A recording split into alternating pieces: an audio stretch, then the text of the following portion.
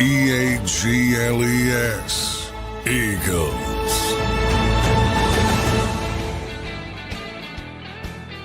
Welcome in, everybody, to a Football Friday edition of Birds 365 here on JAKIB Sports. I'm your host, Zander Krause. That's my co-host, Johnny Mac, John McMullen. As we wrap up another week here in the offseason, John, we getting closer to training camp, to the offseason action, and then before we know it, we'll be there for the season. How you doing on this Football Friday, brother?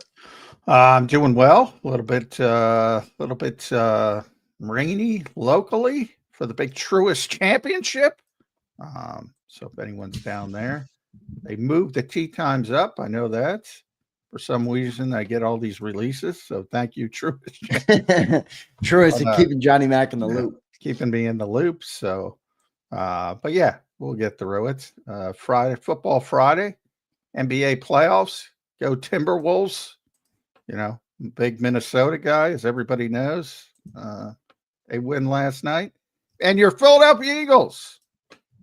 Always at the forefront of people in Philadelphia. Yeah, they won big last night. No, the Timberwolves did, but the Thunder. How about the Thunder game? Yeah, well, there's no Steph Curry. You should. Yeah, that was Wednesday. The Thunder game. Oh, no, Steph Curry last night. Yeah, I didn't watch the NBA last night. I watched it a couple nights ago. I watched the Knicks and the Celtics game. That's been really good. When is that on again? That should be on soon. I think it's on tonight. I haven't checked, but no, tomorrow. We got Cavs Pacers tonight, and then they got too many off days, man. Thunder Nuggets tonight. So and then you got Celtics Knicks tomorrow, 3:30. How about that? 3:30 in the day. I like that. So we'll be watching that. I'll be tuned in on that. Johnny Mac will talk a little football today. Good to have everybody in here on a Football Friday. Appreciate all of our great viewership we've had this week here in the offseason. So big thanks to each and every one of you guys for keeping the show chugging along. We do appreciate each and every one of you. So make sure you guys hit that like button. John, we got some great football topics today, and then we will open up for some questions in hour number 2 as well. So any questions you guys have for Johnny Mac, all right, you put them in the chat. Super chat them, whatever you got to do to get that comment read. All right. Some of you will spam it until I click it. Whatever you got to do. All right. We'll get some comments from the chatters. No new news in Eagle Land today, so it's our first day with nothing really in terms of new news. But there has been some stuff happening in the NFL that we'll talk about. John, I want to start today by talking about the secondary on the defense. Yesterday we talked a little bit about it, but we never got to the secondary. And you wrote an article. The Eagles avoided the big name trap for now. All right. And that has to do with Justin Simmons. That has to do with some of the other options that we've talked about. Where are you on that as we sit here on May 9th? I don't want to read your article on the air, so I'll let you kind of elaborate on where you are on that and the secondary as it stands today, because, you know, John, you talk about running nickel. Well, you got a lot of changes in nickel. I mean, you got 2 new guys in there. Darius Slay is a big loss. CJ Gardner-Johnson's a big loss. So where are you right now on this Eagles secondary and how prepared they are for the season? Yeah, and if you go deeper down the depth chart, you lose Isaiah Rodgers as well, Avonte Maddox. So they lost a lot of pieces in what was a very good secondary, very good defense.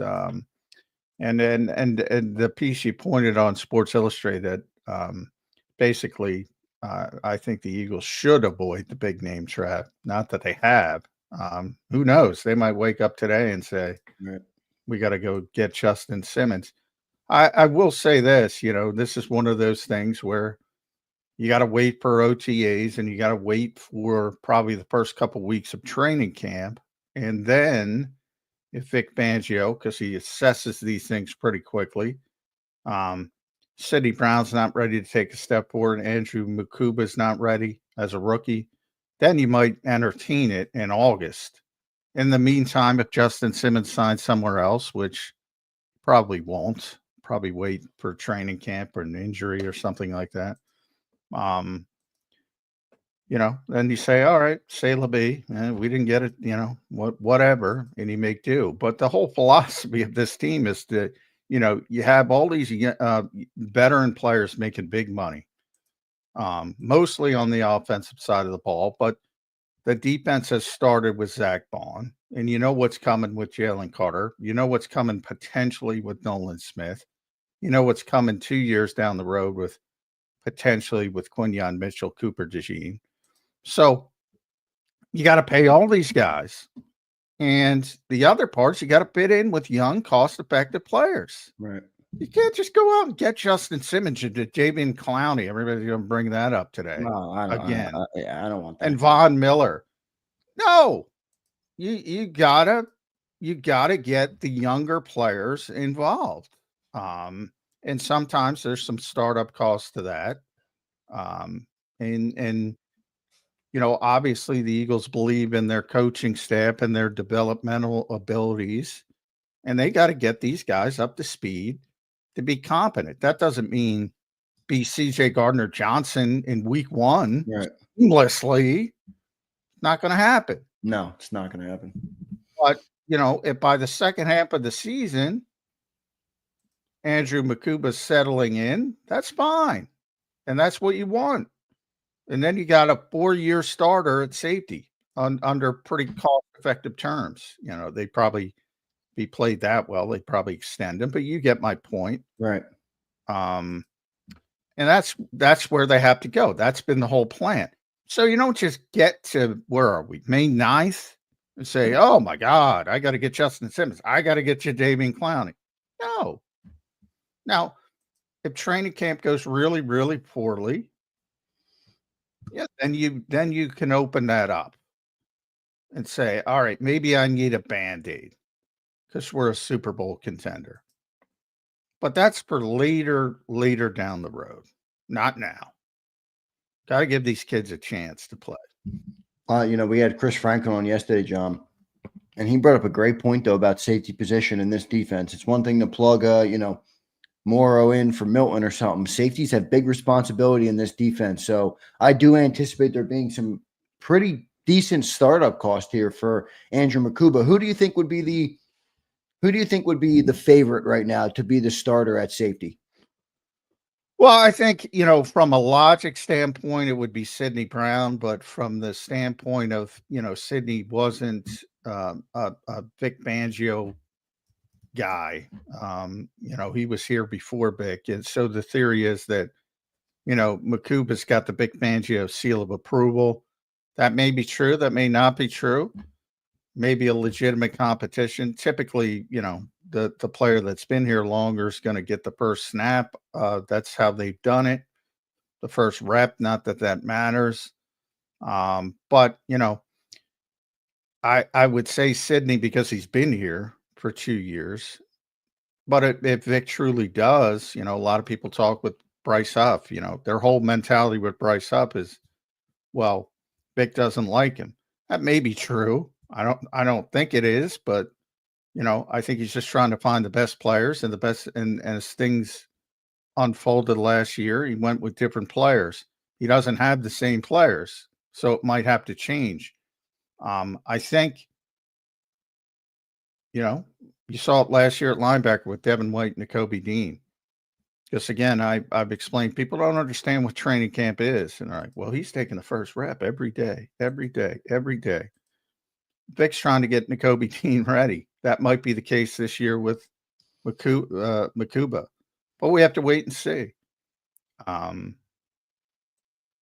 He wants the best players he has on the field, so it should be a legitimate competition. But Makuba was brought in by Vic Fangio as part of the process, and Sidney wasn't. So I get why people go down that route. It's gonna be interesting to see how this thing shapes up. I see Daz bringing up Vic's history of safeties. He likes smaller size safeties with high football IQs. The outlier was Simmons. Well, it's because it's about coverage, right. And Howie sort of, when he was talking about safeties, mentioned there's no such thing as a box safety anymore. You got to be able to cover it. Right. You got to be able to play in space. And that would lean towards Makuba over Sidney Brown, who's more of the old school box safety. Yeah, so that would lean in his, and that's the defensive scheme. It's more important to be able to be a good coverage safety. But you can't be an embarrassment in run support either. So, but that's certainly the more important part of it in Vic's mind. How good was CJ Gardner-Johnson last year? Do we overrate him? Is he properly rated?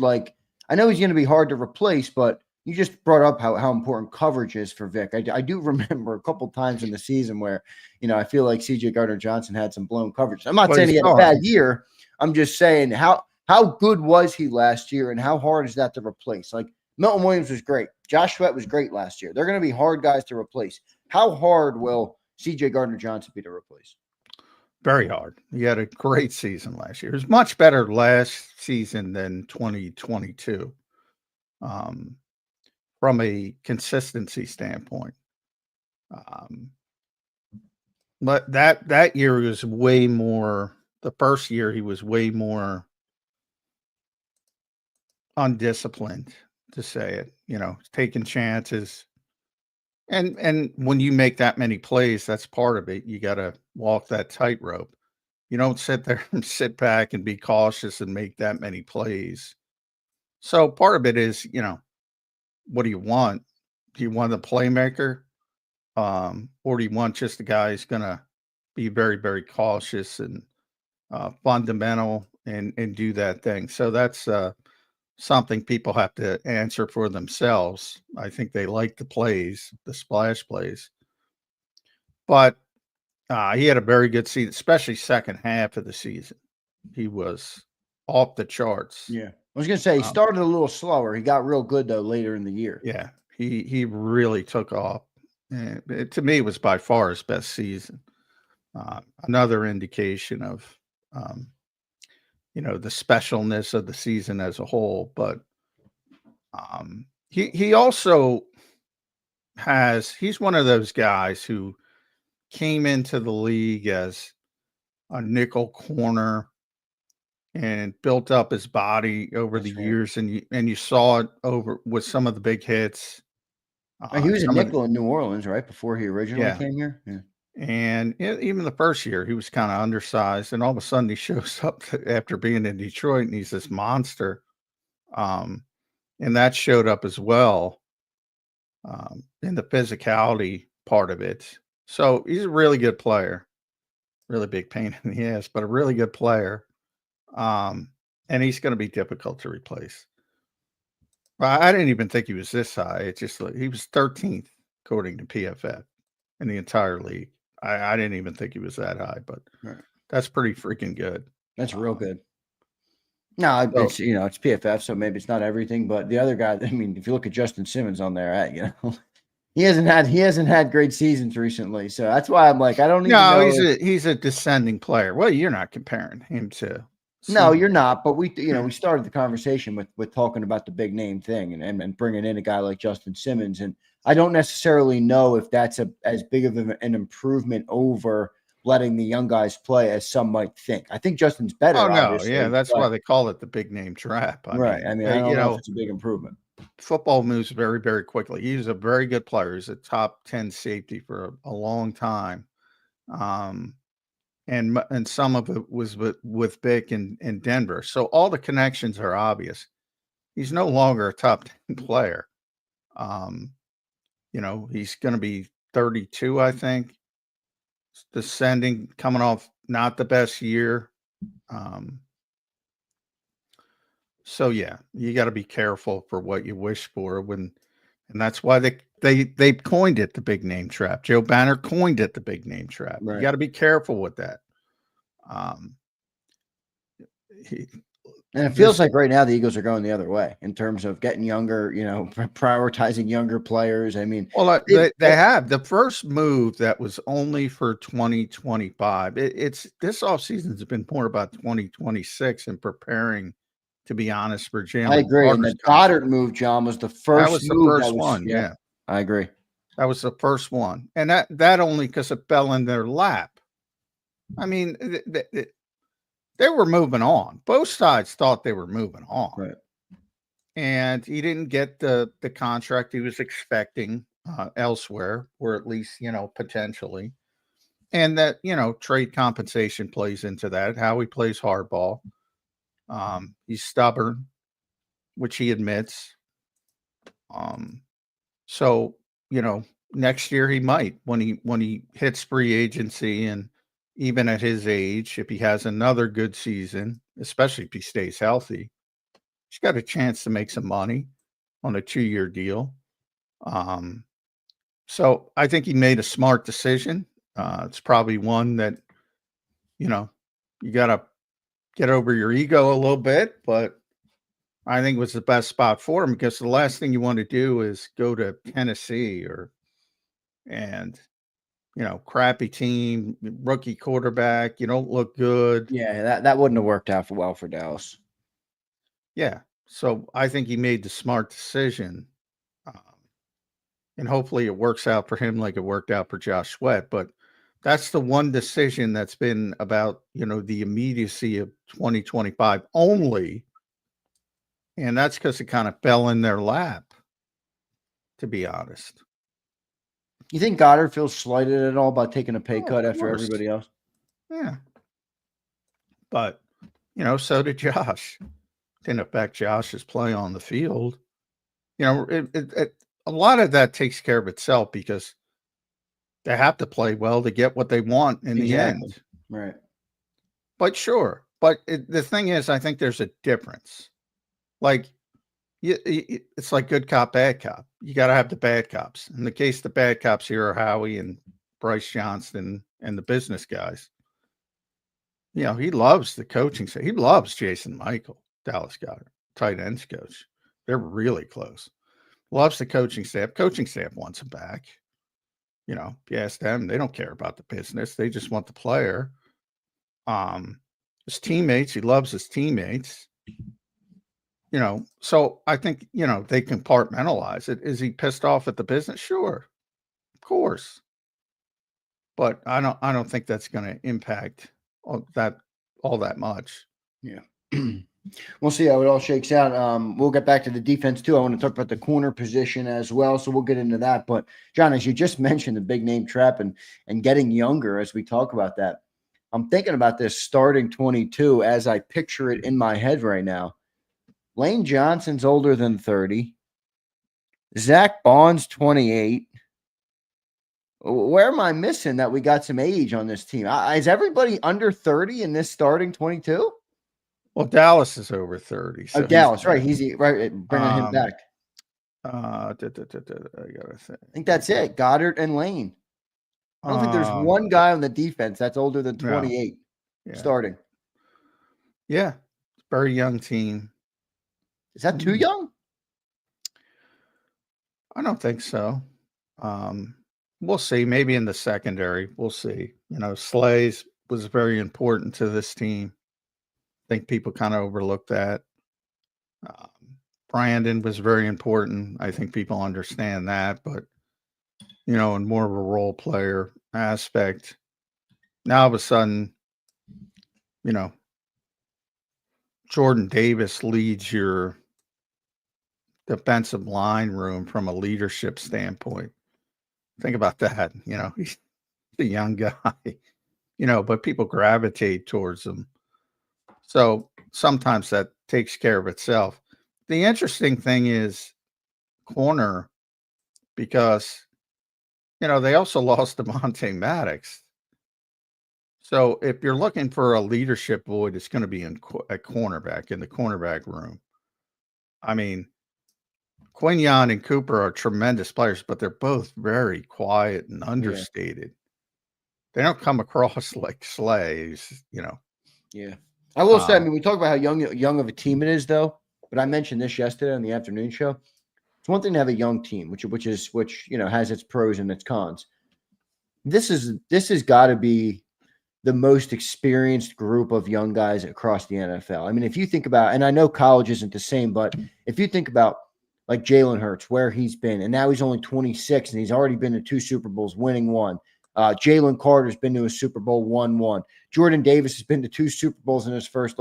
My point is that these are young guys, but they are more experienced than your average 24, 25, 26, 27-year-old NFL player, at least in my opinion. And then go back to college. A lot of them have championship pedigree from there too.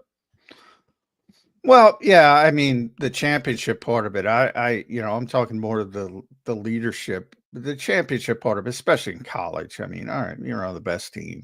Yeah, I think it matters in the NFL though. Going to the Super Bowl, That's an Well, experience. That's sure, the the difference. Yeah. to have the experience of going through the playoffs and understanding what it takes, that's always a positive. Um, but yeah, I think there's more to um, the leadership part of it than just success. Right. Um, because you're going to have hard times. You know, we talk about, I talk about it all the time. Unless you want to go back to Bill Russell and Yogi Berra and different eras where super teams were together and they won every year, everybody from Tom Brady to Michael Jordan to whomever you want to throw in there loses their last game more than they win it. You know, look at Jalen's success. Everybody Right. points at Jalen. Well, he's been a 4-year starter. They got one Super Bowl, which is good, but you're losing your last game a heck of a lot more than you're winning your last Right. game. That's just the nature of it. So, there's going to be some hard times baked into everybody's career, from the greatest down to, the luckiest. Sometimes you see these guys latch on to championship teams and get a bunch of rings and they're not even key contributors. But, to me, again, I love Vic's description of it. It's a great accomplishment. Didn't change me as a coach. Same thing with leadership. It's a great accomplishment. From a leadership standpoint, if you look at the captains of this team and the guys who were, they were great leaders the day before they won the Super Bowl. They were great leaders the day after they won the Super Bowl. They do gain something valuable though from being there and winning it. You agree with that or no? Well, yeah, I just said the experience of going through it, understanding what Right. it takes. But it's not everything. I do agree with you on that, especially from a leadership perspective. We'll see about that. John, if I pigeonholed you and said, who's the starting safety week 1, what would you say right now? I would bet on Makuba. Yeah, me too. And we'll see how, earlier when they traded CJ was a sort of big narrative around the NovaCare complex that they wanted Sydney, they wanted Sydney, they wanted to give Sydney the opportunity to compete because he's the one guy who's been a premium pick over the past couple of years that hasn't gotten that opportunity, partially because of the torn ACL. So we're going to see if that's real or that was lip service. And it's going to be a legitimate competition. If it's a legitimate competition, I think it's closer, but I don't know how legitimate that competition. I think they drafted him to play him, Makuba. And I think he fits what they want a little bit better from a trait standpoint. So as long as he doesn't crap the bed in training camp, I think he's going to be the starter. There you go, Johnny Mac. Let's move over to the other cornerback spot where Darius Slay has left. All right. Right now, Keely Ringo's the leader in the clubhouse. I would say from where we are today, we haven't seen anything on the field. So just assuming Keely Ringo. You also brought in Adoree Jackson and any other options you want to throw in there. What's your level of concern on this position and how are you seeing it right now in May, the cornerback 2 spot for the Eagles? Yeah, I mean, I think they're putting a lot of eggs in the Keely Ringo basket, and I think he's got a lot of talent. And we're going to see if he can live up to it. Very difficult position to play. You're going to get beat, and when you do get beat, you're going to hear about it. So there's a lot of mental toughness that comes into play in that position. And you never know with a young player, but he's got everything from a talent standpoint to play the position. And, Adoree Jackson's been doing it for a while. I think he's one of the better insurance policies of the TAMU offseason. So I think that's solid depth at least. And there's some versatility there. He can back up the nickel if you need him to. So, but if he's a starter, I think that things didn't go to plan. and then it becomes more of an issue. And then, you got to consider moving parts as well. If Ringo doesn't nail down that job, you got to start thinking about the Cooper move as well. Right. Maybe a little bit quicker than they would have hoped for. So they got a lot of eggs in the Kelee Ringo basket. You still have confidence in Kelee Ringo? Yeah, I do. I said, I'm leaning on AJ more than myself. AJ Brown told you that. Yeah. So, if AJ thinks he can play, I think he can play. But I think the other stuff is the more difficult part of it. Like I obviously he can do it from a physical standpoint. But like I said, you need to be very mentally tough at that position. And you also, in Vic's scheme, you also have to be, very football savvy. You got to have a high football IQ. He's not just going to point at a receiver and say, go cover that guy. You're going to have to play all these different zone defenses. You're going to have to communicate. So it's a little bit more difficult from that standpoint than maybe some other schemes around the NFL. And he's not going to waver from that because it's a young player. You saw it with Quinion and Cooper. He's not going to waver from it. So you got to keep up. Now, I'm not concerned about the physical part of it. I'm more concerned about the other parts of it.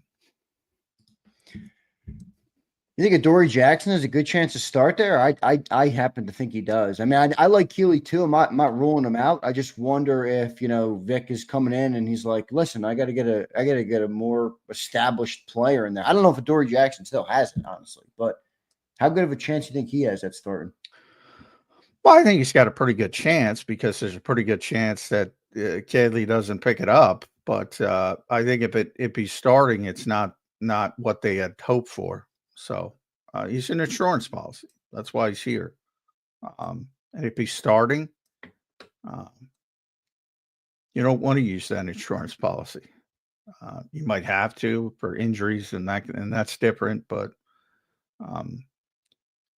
if he is starting, things didn't go to plan.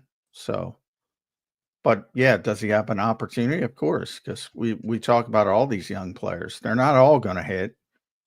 They're not all going to step up and perform at the level. There's going to be some guys fitting in, maybe some guys who aren't even here yet, because maybe Vic does get to training camp and says, I've seen it happen too many times over the years where somebody's raving about somebody during the draft and saying, oh, this kid can do this kid can do that. And then they get to camp and they're like, oh shit, you're not ready. And they got to pivot and go in a different direction. You're going to have that. I guarantee you're going to have it.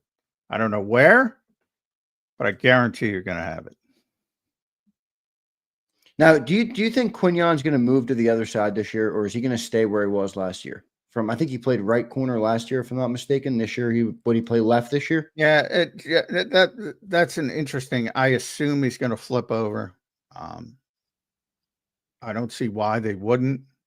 I don't think they're concerned about, you want your best quarterback on the left side because more quarterbacks are right-handed. They're right dominant, obviously. That's the reason it is like that. And he's now your number one corner. So I do expect him to move to the left side.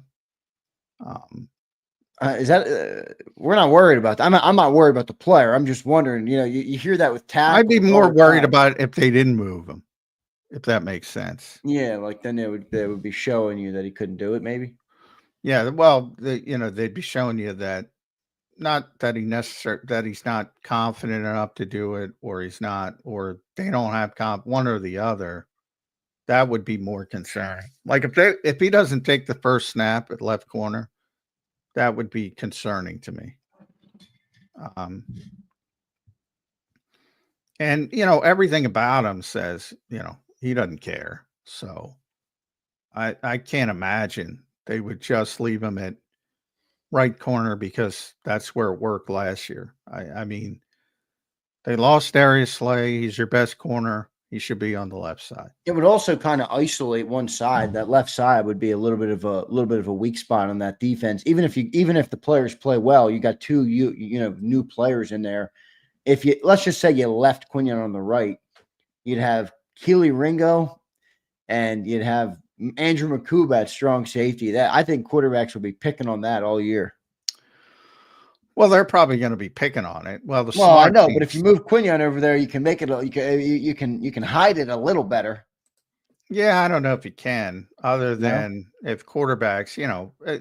There's a lot of there's a lot of bad teams. Number one, B, there's a lot of bad quarterbacks or mediocre. I'll tell you what, we got a tough schedule next year. So a lot of guys, and you'll see it in game. Sometimes when Slay would get banged up, you say, all right, let's see him. They're going to probably attack Rodgers. And they never did. And it's like, that doesn't make a lot. Man, it's because they can't. They're not capable. They're not, they're not equipped to do things on the move like that. Whereas, a Tom Brady or, he's like a shark in the water. If somebody gets hurt, he's like, I'm going there. A lot of teams aren't capable of doing that, especially with younger quarterbacks. And then, part of it is they're not good enough. So all of that factors into it. But yeah, I would be very surprised if Quignon's not the left corner this year. Very surprised. Going to be interesting to see. You got Keely Ringo, and you got the safety concern as well. So a couple questions there on that secondary. I'll pull up a couple comments, see what John thinks. Killer Tomato checks in. Any chance he shadows receivers from side to side? Talking about Quinion there. No. That's just the Vic defense, right? They don't play that man, so they're not gonna do that. Very rarely, And again, nothing's 100%. Very, very rarely. Very rarely. Last year I said, that everybody, the Guantanamo Bay and stuff, lockdown corner. It's not what he does. It's not what he does. No. That's not what Vic's asking anybody to do. And by the way, don't listen to me. Listen to Vic. He'll say it all that. Well, we play a lot of zone coverage. No. Forget about traveling corners. Abe says, what position did Adoree play on the Giants? Was he a depth piece or was he a starter for CB1? He was a starter, but last year, no, he was, it was a couple years ago. He was a long-time starter. He got a big deal a couple years ago, John. Oh, the Eagles were trying to say he got a huge deal. Eagles were trying to sign him too. Giants got him in the building first. He was scheduled to visit the Eagles after the Giants. Giants didn't let him out of the building. We asked him about that. He said he's a USC guy. There's a bunch of Southern Cal people he was comfortable with, and he signed with the Giants, and it was 3 years, $39 million, I think. Remember, at the time, this is like 2021. That's big money. It's not as big now, but back then, that's big money. He was a very good player in Tennessee, and he started early in his career with the Giants, and even last year, he had a ton of starts. Not last year. Last year backed off. 2023, he had a ton of starts, and then it backed off a little bit last year. But he's got a lot of starts, and 80-ish, I would say. He was a good player, but again, this league moves quickly. Yeah, real quick. Adoree Jackson of 2021 is getting $39 million. Adoree Jackson of 2025 is getting under $2 million. That's how quickly this league moves. Life comes at you quick. It certainly does. No doubt about it. John, we talked about the age of the team, which is it's young. Holy moly. And we talked about, the big name trap at safety. How about this? YNG checks in. He says, Eagles should bring in Gilmore. They need a veteran. Now, maybe you don't like that player, but come on, guys. What are your thoughts, though, on bringing in a more? First of all, I love Stephon Gilmore. Love him. He's very much like Slay. It's amazing he plays the way he does. at the age he is. But we just talked about it. We just talked about the big name trap. They have all these players they have to pay big money to. So how do you do that and put together a Super Bowl contender? Well, the spots you don't have those big money players. You got to get young, cost Yeah, effective but I'm talking players. about 25, John. I'm not talking about the future. Well, yeah. So let's bring in Gilmore. Let's bring in Simmons. Let's bring in Von Oh, Miller. wait, when you just said that, did you mean because paying the cash to Gilmore this year takes away from it from giving it in the future? Well, he's more expensive. Jadeveon Clowney, the reason, he's the first number one overall pick that's turned into a journeyman. He just goes from team to team to team every year, and somebody gives him 10 plus million. Same thing with Gilmore. Yeah. I think he got 8 million. So he's getting down a little bit last year. And somebody the year before it was Dallas and blah, blah, blah. And he goes from team to team to team. These guys are still expensive, comparatively speaking. But would they make them better? Probably in the short term. That's what I'm talking about. How good is our defense going to be this year compared to what it was last year? I'm not expecting it to be what it was last year, but how do you keep the fall off insignificant enough to remain a true Super Bowl contender? There's a balancing act. I agree. I'm not saying there isn't. I was just asking what you think of bringing in a veteran at that position. No. Again, if everybody and you already have a veteran at that position. I just explained that's a position you already have a veteran. So I'm looking it up. 82 career starts in the NFL. The Dory Jackson.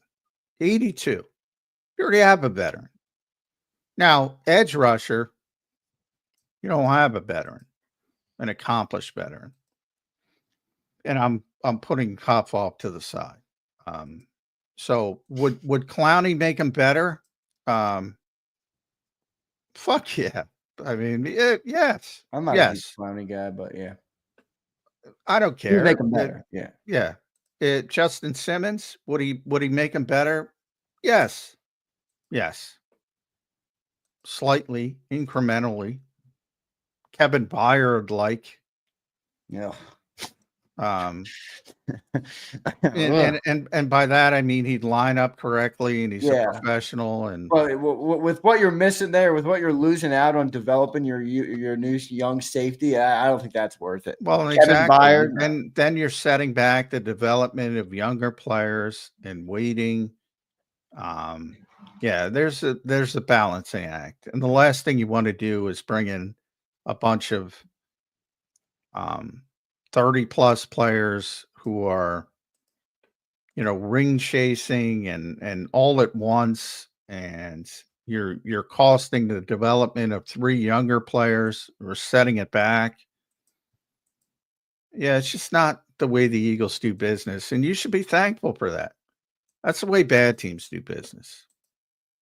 To be honest, we'll see what they end up doing. I do think those secondary questions are very applicable this year. We're going to be watching them closely all through camp, all through the offseason, see what they do, see how Vic Fangio handles it. John, I'm going to close out this topic here, this defensive secondary topic with what are your expectations of where this defense is going to fall right now? You can change it. It's May. They could sign a player. You could go show up to camp and Keely Ringo looks like a star. You can change it.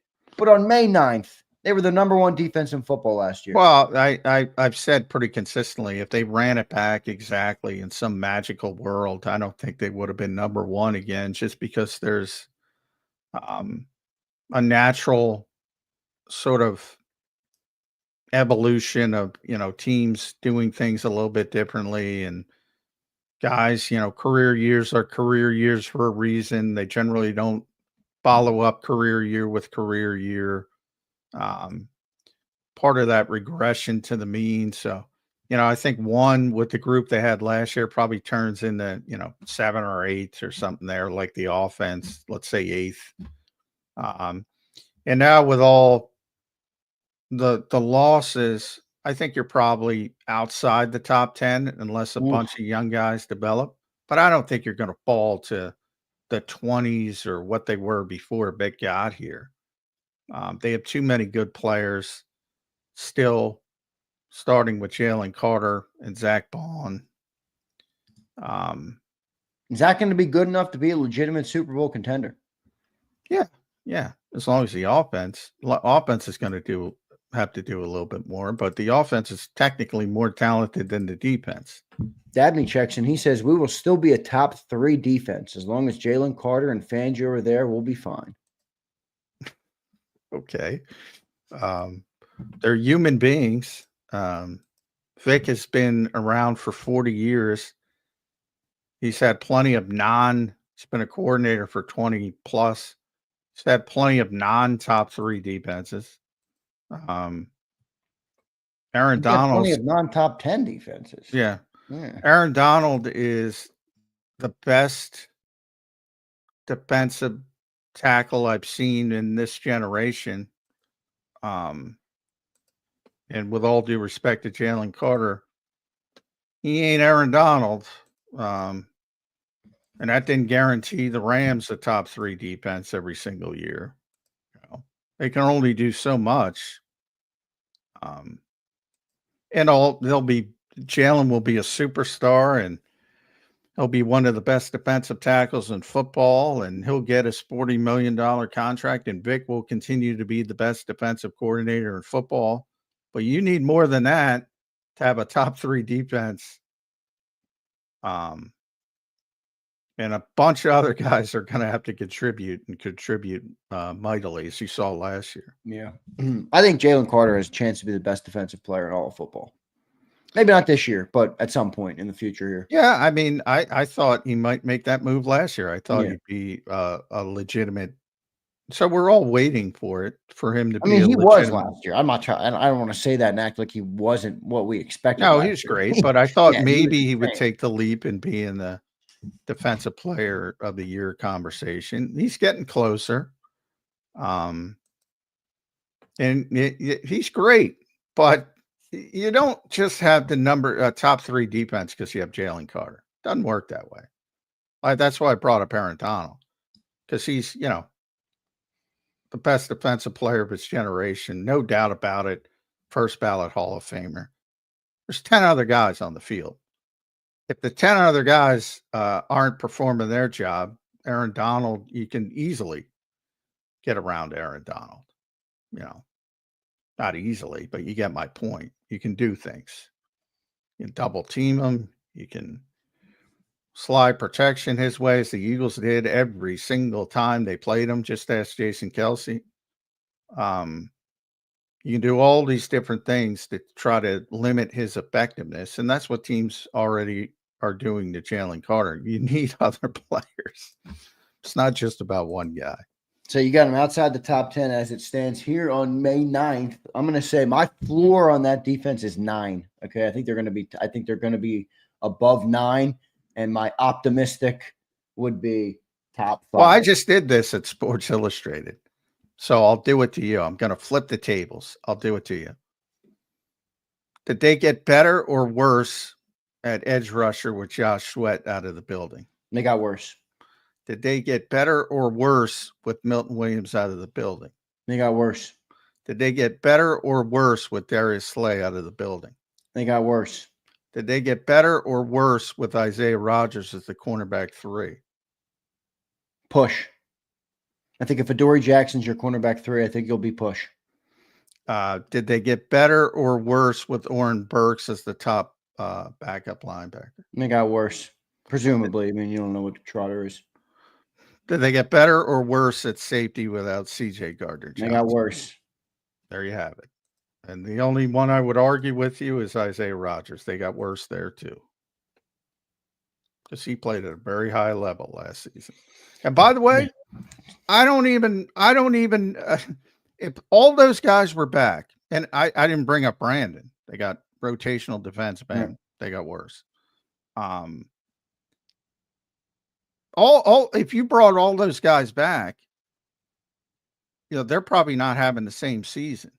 Especially, Burks never played like that before. He's probably, if he's forced to play next year, he's probably not going to play that well.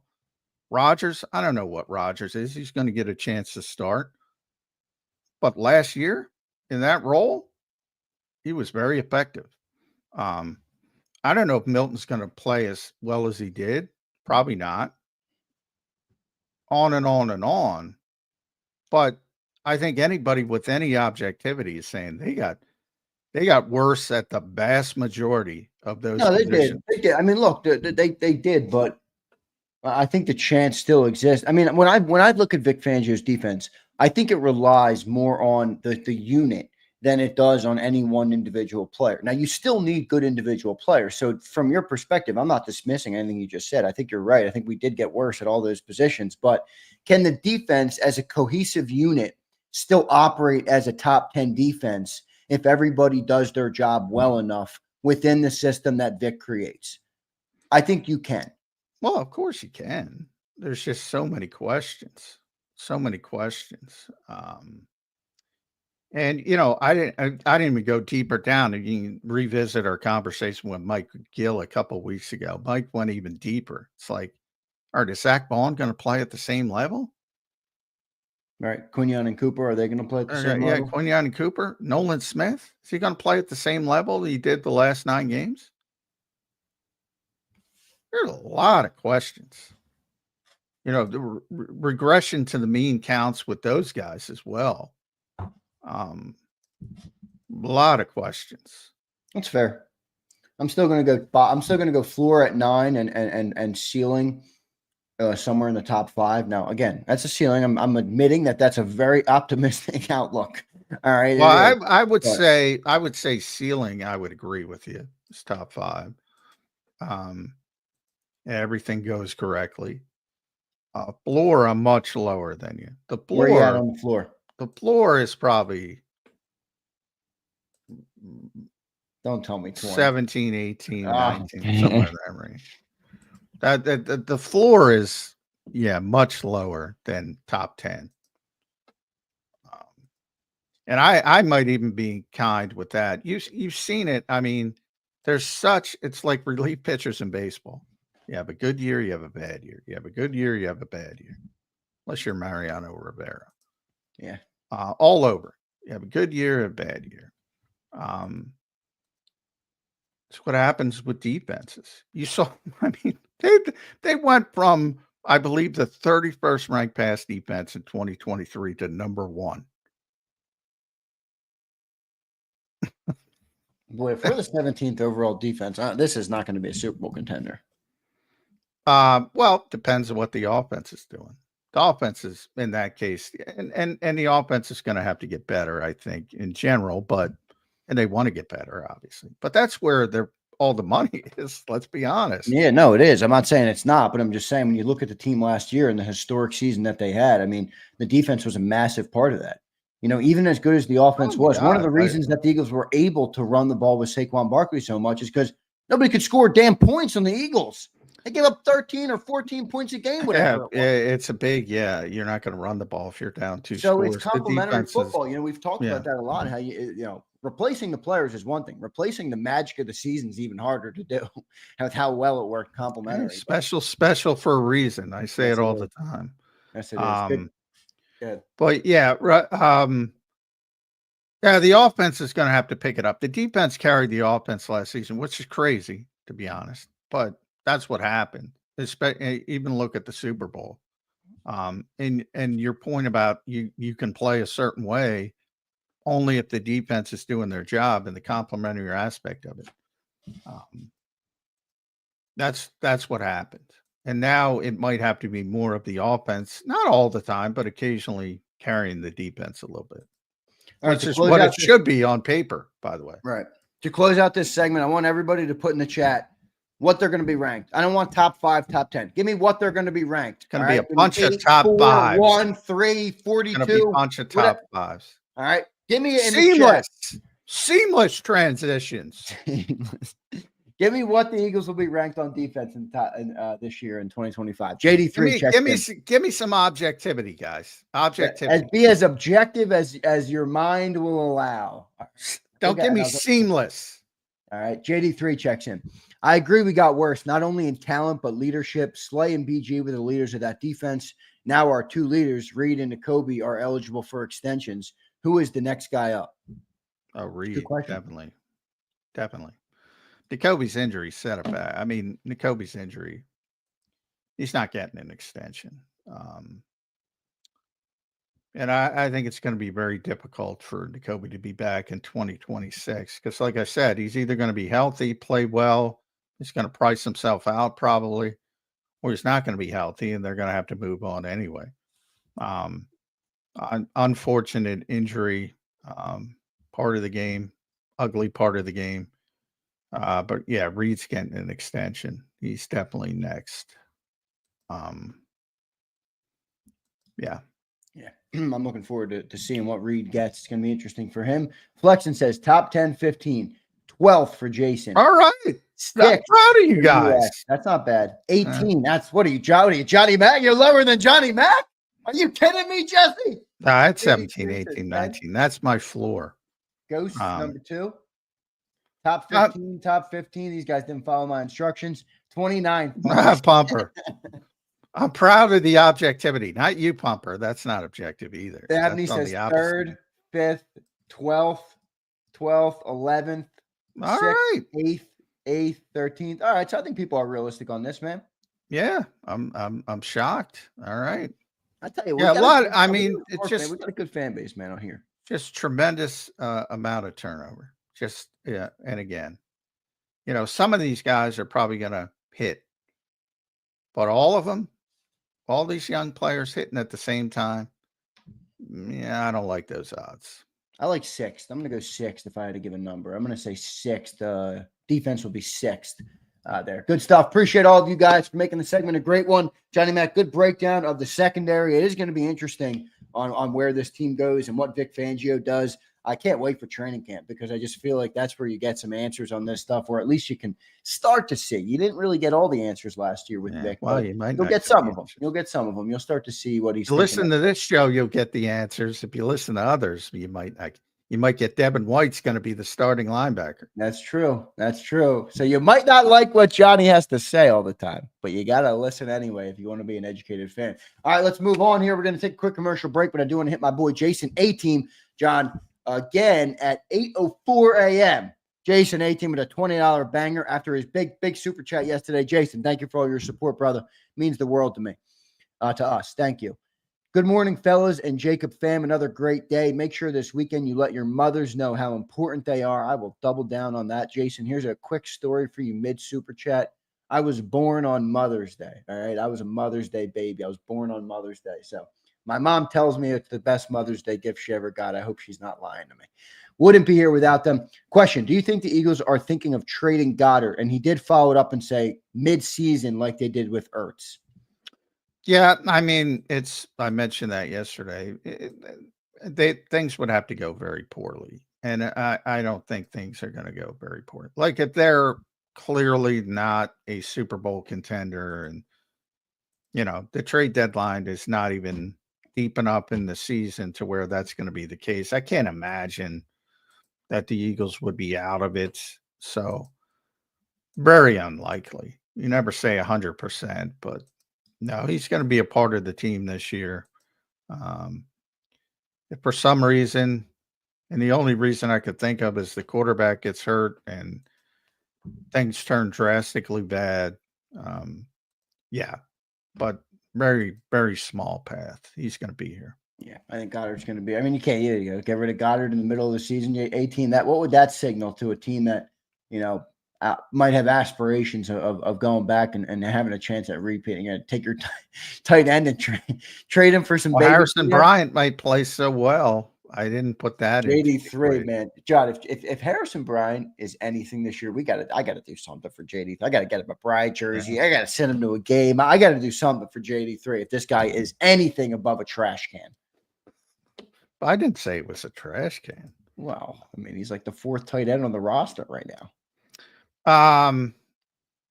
Yeah, but I think it's legitimate of the 3 guys.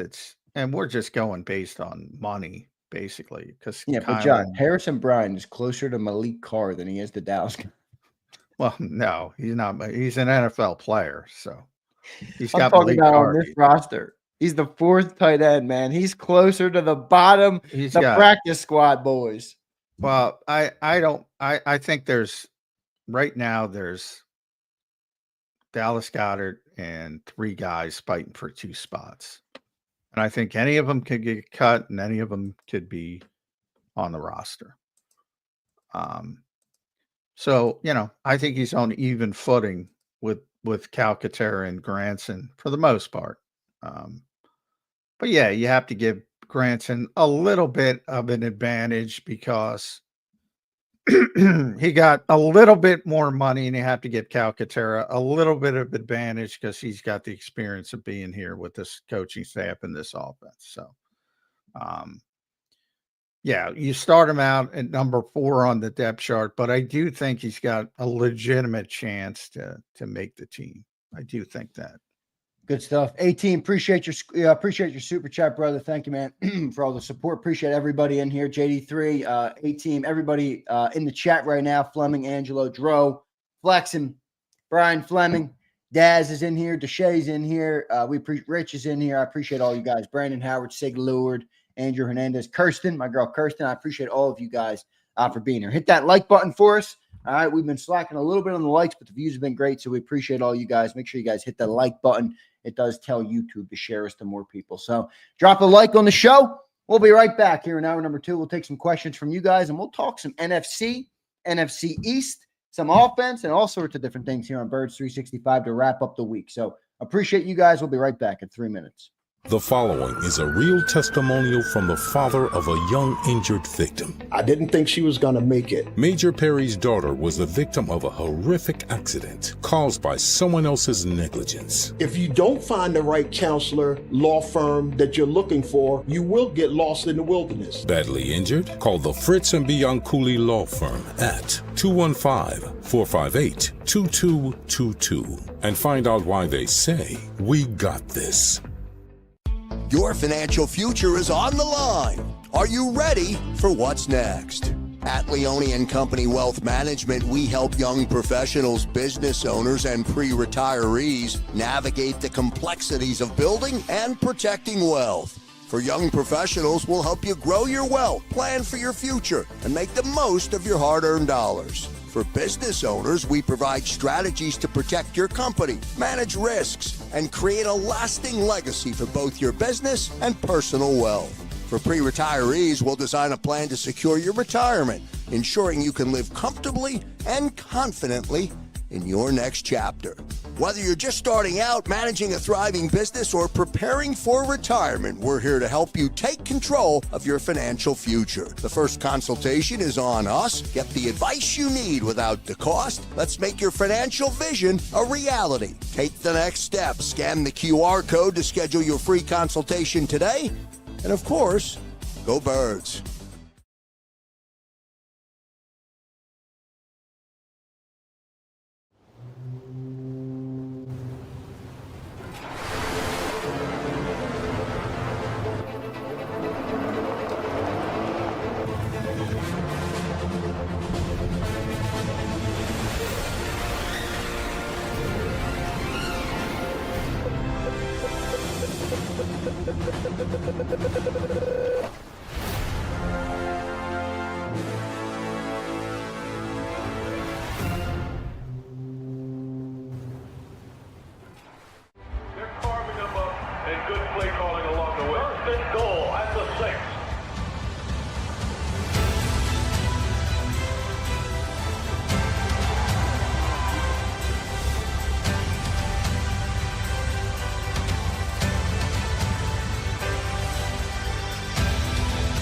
Field of life, First Trust Bank is there for you.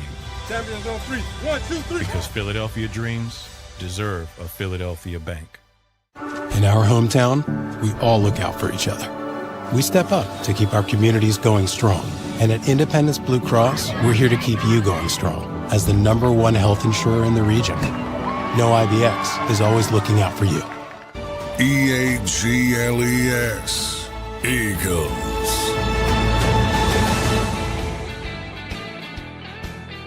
Welcome back in, everybody, to a Football Friday here on Birds 365. Had a great show so far. We got a great hour number 2 planned for all of you guys. I'm going to welcome everybody in here. Hit the like button.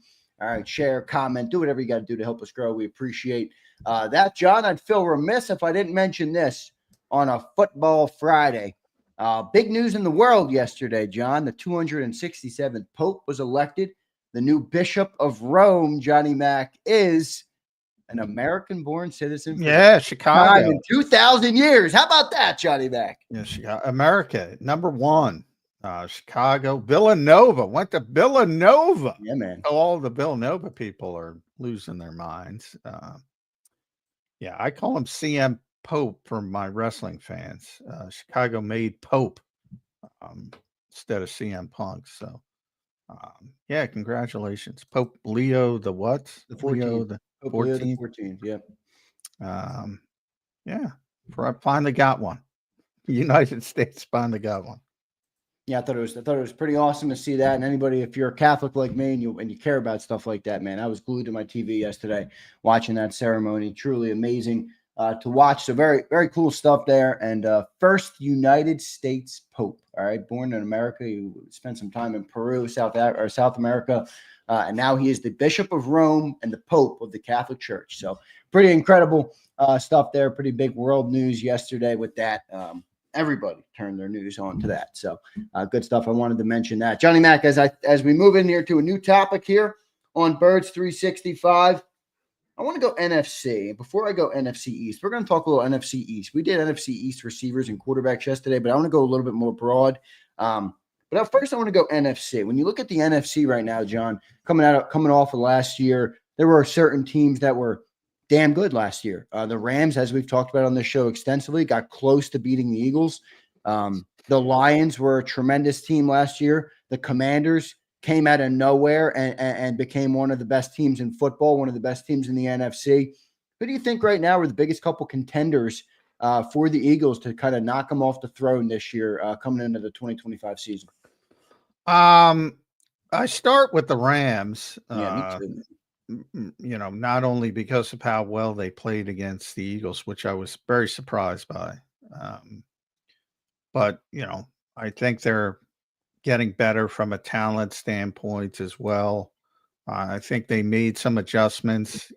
They see the hurdle in front of them, and they needed to have a great pass rush, but they needed to improve their run defense. So they brought in Poona Ford, most notably, to get some kind of bigger body. They, got rid of the worst linebacker I've ever seen in my life. So that's a positive. So I start with them. Detroit, from a talent standpoint, remains the best team of the group. But, I mean, you lose both coordinators. I never liked that. And one, obviously, Ben Johnson is, I don't know what he's going to be as a head coach, but as an offensive coordinator, he was off the charts. So I can't imagine that they're going to be the same from that perspective. And Aaron Glenn, the defensive coordinator, as well. Although, remember, they're getting Aiden Hutchinson back. And you always concern yourself. That was a pretty significant injury. So you have to see if he's the same guy, but he's young enough to assume he's going to get over it. And that dude's a difference maker. And I mean, a big time difference maker. So they're still the most talented, I would say, of the contenders behind the Eagles. He had an ACL, right, John?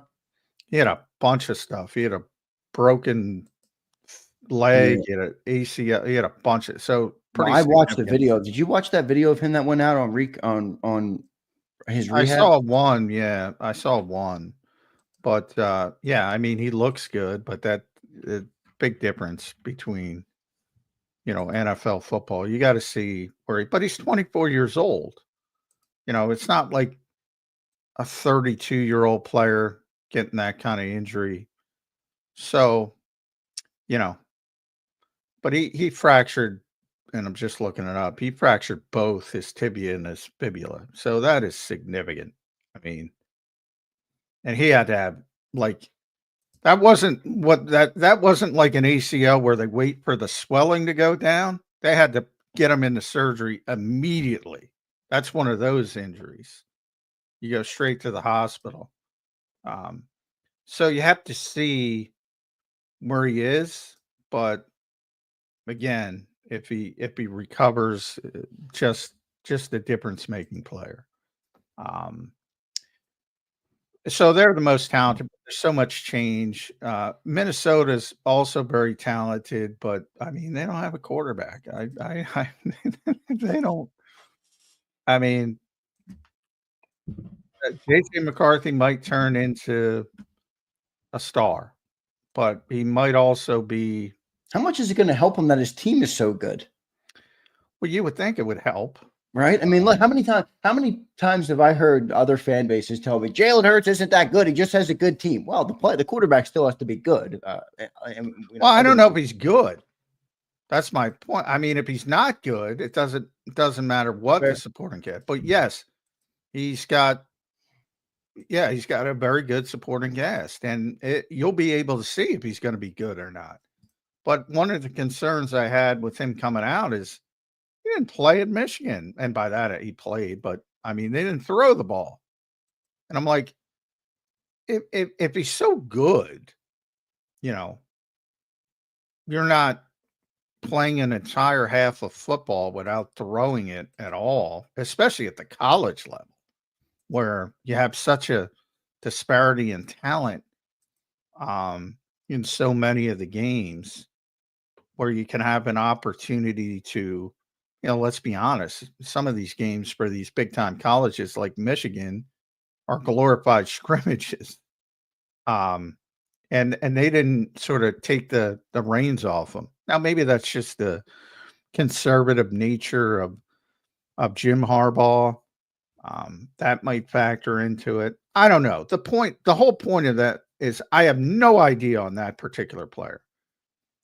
And I'm stunned, to be honest, that Minnesota is planning on going into a season with a guy who played, by the way, one preseason game last year, and he played well, and then he came out of it hurt, and he became the first quarterback ever drafted in the first round to miss his entire rookie season. And they are basically handing that roster over to that quarterback. That to me is not good planning. But that's me. You think Aaron Rodgers is still in the cards for them? I do, because I refuse to believe that they're handing that roster over to that quarterback. Well, they did draft him where? Where was he drafted? JJ McCarthy. 10th, I think. 10th overall. Yeah. Well, that's the plan. They got to make the jump eventually. Well, that's the point. They have a new age GM, and the whole plan is build this great roster because you have a cost-effective quarterback, and that's where they want to be. But it would have been nice if last year they had Sam Darnold, and if he were healthy, you could have gotten him some playing time. You could have gotten him in. They probably would have benched Darnold at some point. And you know more about him. You know nothing about him at this point, other than he's lost a bunch of weight, had to gain it back. I don't know. I would not do it if I were Kwesi Odofa-Mensah, but hey, he's stubborn. Howie says he's stubborn, so they're going to roll with it. But to me, I can't consider them a significant contender with that kind of uncertainty at quarterback. I just can't do it. So I look at Detroit, I look at the Rams, and I look at Washington as the three significant teams. I think that's fair. I think the Commanders are going to have a good chance this year. I think the Cowboys are a bit of a sleeper, John. I think people are sleeping on the Cowboys just a little bit. I mean, they are getting Dak back. They got, I don't know about the Pickens move. Do you think the Pickens move could blow up that locker room? No.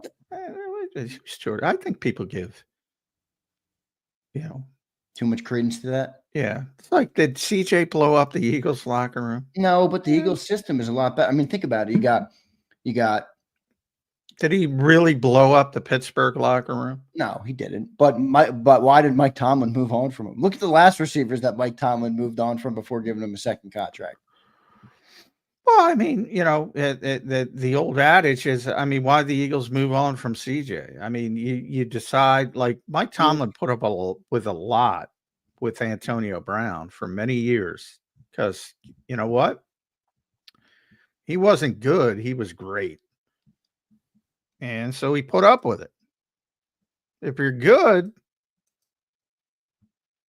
probably not going to put up with it. The only way if you're great, they'll consider putting up with it. Yeah. Is George Pickens great? No. So he's not putting up with it. No. I wonder how good he's going to make them, though. He's definitely going to open things up for CeeDee Lamb, but he going to want some targets, man. They don't. People are talking about their running game stinking. They don't need a running game. They got to feed those receivers, or else they're going to have one of them blown up on the sideline. Well, Pickens used to slam his helmet last year, and he was the only receiver there. CeeDee Lamb gets what, 125 targets a year? Well, I think he'll understand pretty quickly. He's not CeeDee Lamb. CeeDee Lamb at 135 catches. Oh, they needed to. That's all they had last year. That's 156 targets in 22. 181 targets in 2023. 181 for CeeDee Lamb. I mean, I don't know. The whole wide receiver diva thing, they give him way too much credit for the ability to, like, has Tyreek Hill blown up anything? I mean, he's a pain in the ass. He's always got something going on. No, but he certainly didn't help. No, it doesn't help. You'd prefer to have, solid people and solid culture builder, but I'd rather have the talented guy. I mean, if you're being honest, coaches are never going to say it on in public, but you ask him, hey, do you want Tyreek Hill in his prime, or you want, a good solid citizen who catches 80 passes a year? Every single one of them is going, yeah, I'll take Tyreek. I'll deal with it. You just described Devontae Smith. What? No, Devontae's good. I'm not. I know, but he only gets 80. I mean, 80 is generous. Well, he didn't get that. He's he could get 115 somewhere else in a more pass-heavy offense. That to me doesn't. I'm talking about just a solid receiver. Who you got to have one example for me? Tyler Lockett. It could be anybody. Could be a good citizen. I don't know. I don't cover the other teams, so just a guy. Adam Thielen. How about that? He's a great. Let's go. If you want Adam, and I'm talking to Adam Thielen in his prime, where he was a Pro Bowl player. Would you take Tyreek over Thielen in his prime? Fuck yeah! Are you serious? By a million miles. Tyreek Hill was just a monster. Yeah, no, I know. I think you're right. I like Tyreek Hill too. But the thing I think that has swayed me on Tyreek Hill is watching the Chiefs get legitimately worse without him and still winning 2 more Super Bowls. That proves you can do things a bunch of different ways. But I think Mahomes is a little bit of an equalizer there, right? Well, I'll tell you what, it's a hell of a lot easier for him when they had Tyreek. Oh, well, yes, it was. That's for sure. A hell of a lot easier for him. He is a pain in the ass difference maker, and people will put up with that. Yeah, he's got a lot of baggage. Tyreek Hill. I don't even follow anymore. Yeah, every time I'm on the internet, I see a new thing about Tyreek Hill. I'm like, all right, enough Tyreek Hill. I don't care anymore. But we'll see. Interesting stuff there, John, on the NFC. I do think you're right, man. The Rams are going to be interesting too, John. They beefed up the middle a little bit, I think, specifically for the Eagles. And I think their combination of receivers is much improved with Devontae Adams and Puka Nacua. You mentioned you like Puka a lot. You think he's still underrated. I agree with you. Now add Devontae Adams in there. I don't know. What do you think of Devontae Adams? I think he's obviously on the other side of his prime. Yeah, he's not what he once was. I mean, he's once the best receiver in football. He was in that conversation. But is he an upgrade from what Cooper Kupp's been?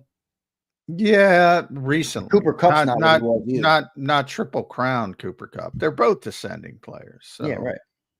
I would say Devontae's probably got a little bit more left in the tank than Cooper Kupp at this stage. But but Cooper and his height, and that took a lot out of him that year.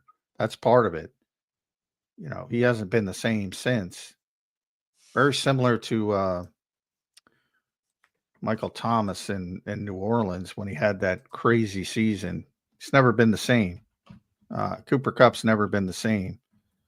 So I do think Devontae Adams has got a little bit left in the tank. A little bit more left in the tank than Cooper Kupp. Good stuff there. John, let's move into the NFC East. All right. Last year, the Eagles won the NFC East. Hasn't had a repeat winner in 20 plus years, right? I think it's like 21 years now. 21, yeah. 21 years. I mean, that is insane, by the way. But will that end? Will that trend break this year? Well, I'm an odds man, so I'm gonna say probably not. History. Are you a betting man, John? You're not a betting man. No. I didn't take you for a betting man. In my evaluation, I tend to. That's what football is. Again, Tom Brady time. It's just you're just playing the probabilities, and that from play to play, that's what football is. You're just when you call a play, you're playing the probabilities. You're saying, all right, what is it? 3rd and 7. This is what they typically do in 3rd and 7 defensively, so we're going to run this. That's what you do. That's how you call plays in the NFL. And smart quarterbacks like Tom can change it on the fly if you get a different look. Right. If you get an unscouted. Now, this is a little bit more macro than that. All right. Yeah. But history is what it is. 20, that's pretty freaking significant. That's a lot. 21 years is crazy. And you say different divisions, Buffalo right now, Kansas City right now, they win it every year. Every year. So you say, well, they're probably going to win it again. In the NFC East, it's been that way. And again, the conference opponents, Eagles conference opponents based on division placement, LA Rams, Tampa Bay Buccaneers. Eagles interconference opponent based on divisional placement, Buffalo Bills. On the road, by the way.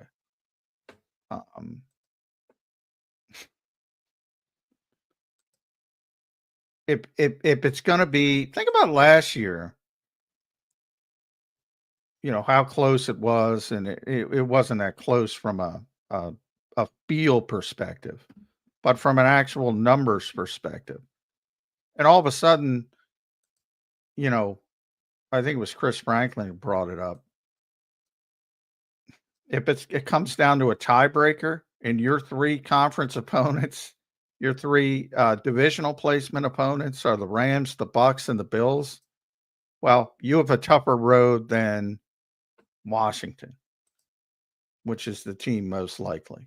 So that's part of the reason, because of the unbalanced schedule, that if you're playing the odds and you're playing the history of the NFC East, well, it's going to be difficult. So let me run down Washington, their conference opponents based on divisional placement, Seattle and Atlanta. Their interconference opponent based on divisional placement, Miami. What would you rather have? The Eagles 3 or the Commanders 3? Commanders 3.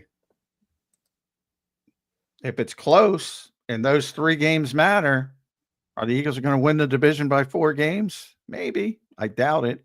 No. So you saying you got the Commanders winning the East? Hey, I'm playing the odds, people. All right. Well, give me a take. Stop saying that. You got the Commanders winning. Take your stake, stick it in the ground, Johnny Mac. Come on. I do not think there will be a repeat champion in the NFC East. So you do think it's going to be the Commanders, though, not the Cowboys or the Giants? Yeah, By- I would. by the left Or, field. not the Giants. Come on. You don't think Jackson Dart's going to have a Jaden Daniels effect on the New York? Hey, you never know, Giants? but let's not be silly.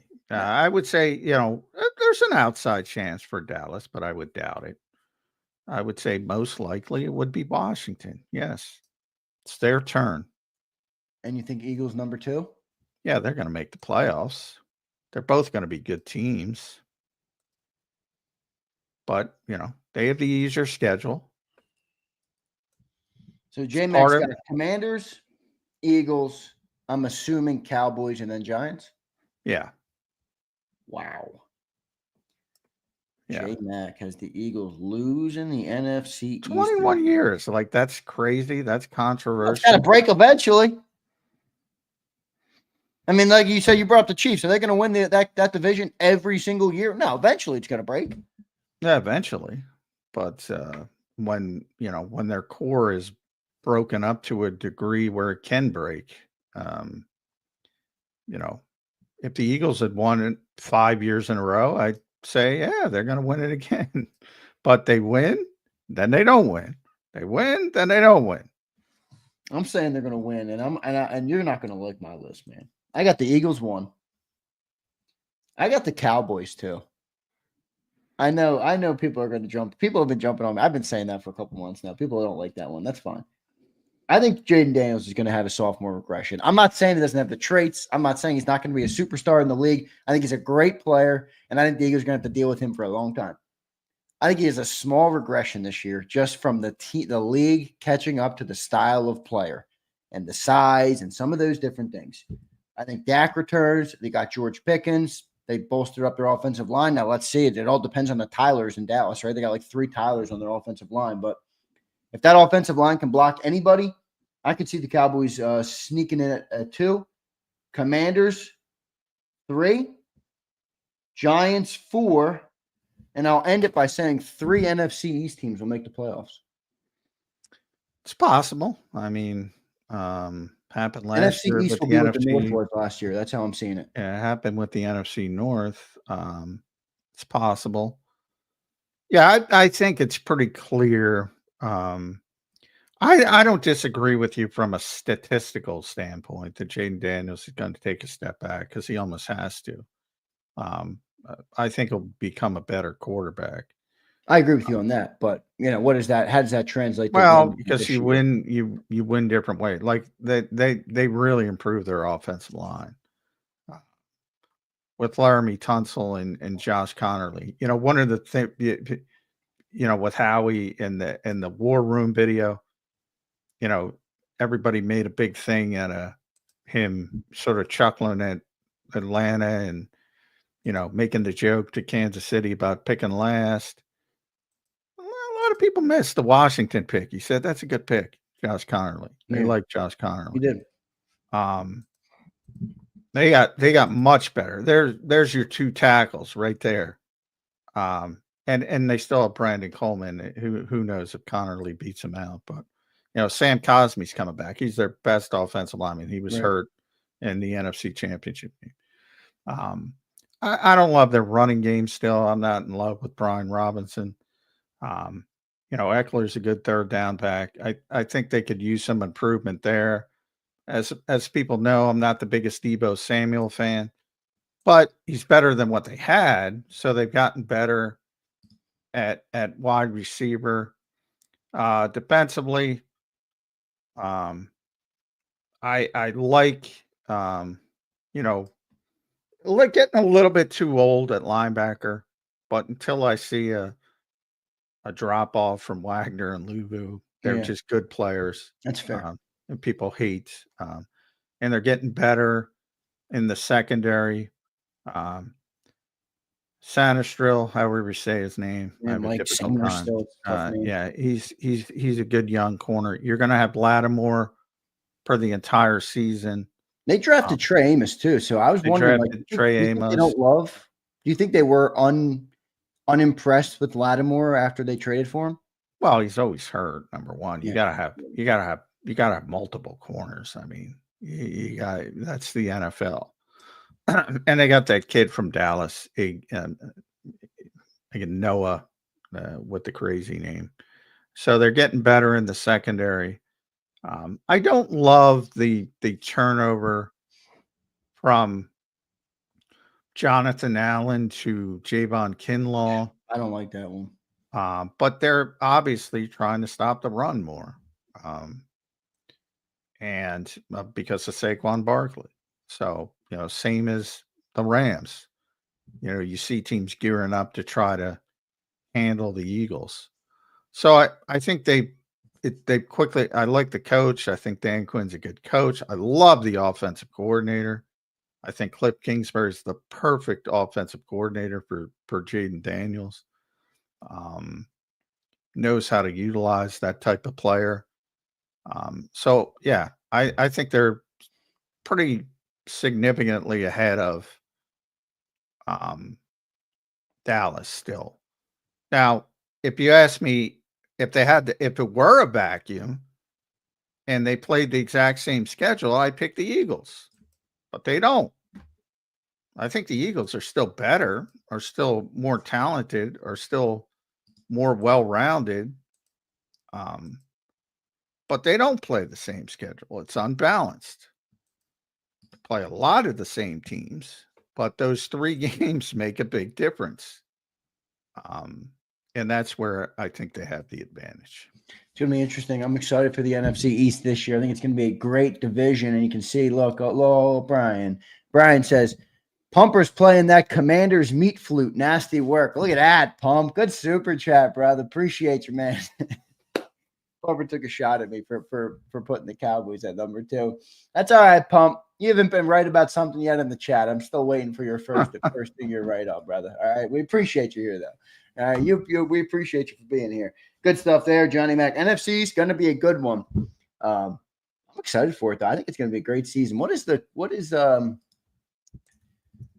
I guess the command, you mentioned the Commander's schedule. Everybody's got a hard schedule. Wait, let me pull up real quick. I want to pull this up. For people to see because this is coming next week. All right. So we're going to see this officially where they're playing everybody and when. Yeah, we're getting logistics. We're getting logistics, but we know the players or know the teams. Excuse me. I mean, look at this schedule, guys. Find me a quarterback that's not good. You got the Bills, the Cowboys, the Packers, the Chiefs, the Chargers, the Vikings. There you go. There's a shaky quarterback, but a great roster. Giants, obviously. Cowboys, obviously. Commanders, obviously. Then you got Bears, Lions, Broncos, Raiders, Rams, Bucks. I mean, the worst, you don't have one gimme game. Not one. The Raiders are your closest game to a gimme, in my opinion. And the Giants. Yeah, the Raiders are a gimme or should be a gimme. The Giants should be a gimme. And some teams will go south. Like I mentioned, not yeah, but like structural, like looking at, I agree with you, John, but like you are looking at good quarterbacks, which always give teams a chance to win games. Oh yeah, even if the Bills get a little, I don't think the Bills are going to get worse. Even if the Cowboys or the Packers get a little worse, Packers, John, I've been saying it about the Packers. I'm waiting for them to make the jump, man. Like they're right there on the brink of being a great team, and I feel like they're just not making the move. Like make the move. Well, I think everybody's got to understand how the schedule works. All right. You have your divisional opponents. So you play each other twice, obviously. So it comes down to Washington versus Philadelphia or Dallas versus Philadelphia, as you said. You play the same conference division. In this case, for the NFC East this year, it's the NFC North. So they all have to play the Bears, the Lions, the Packers, the Vikings. Then you have your interconference divisional opponents. And this year they're playing the AFC West. So everybody's got to play the Broncos, the Raiders, the Chiefs, the Chargers. So in that little ecosystem, it's more about, as I always say, and I'll say this year when the schedule comes out, it's always about not who you play, when you play him, who's healthy on that particular week. Is Patrick Mahomes there when they're playing Kansas City? Is Jared Goff healthy when they're playing Detroit? Who knows? Could be an Aiden Hutchinson, whatever. That's why I focus on the 3 games that shift. And there's 3 games that shift based on divisional placement. First place plays first place, second place plays second place, third place plays third place, fourth place plays last. fourth place. The Eagles and their three teams are the Rams. Very good team. We just talked about. They are my number one contender in the NFC outside the Eagles coming off last season. Tampa Bay Buccaneers. If one team has had the Eagles card over the years, it's the Tampa Bay Buccaneers. And I think, by the way, I think they had a good. I think they're still good. I think the Bucs are going to be good this year. And then Buffalo on the road. We'll see what the date is. Hopefully, it's not December. And Buffalo's Buffalo. Those are your three teams. Now, I'll pull up Washington again. I already said it. I forget it, so I'll pull it up.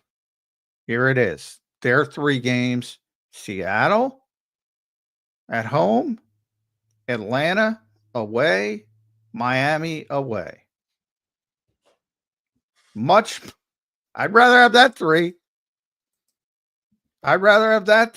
Now we're going to go down to Zander's favorite team, the Dallas Cowboys. Oh, stop. Don't start saying that shit, John. Are you kidding me? Leave that for the Brian Pumpers of the world. I'm joking because oh, my God.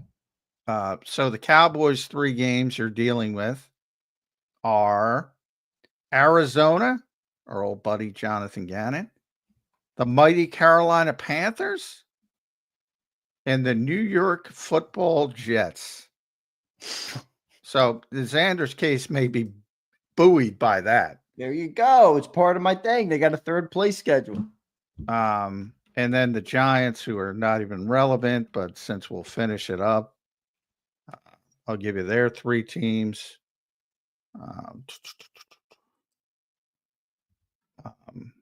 And again, the Giants are not going to be part of the equation, but since they are part of the division, we'll run it down. Their three games are the San Francisco 49ers, who had a bad year. The Giants always get bad luck. The 49ers are going to be better, but obviously they had all those injuries last year.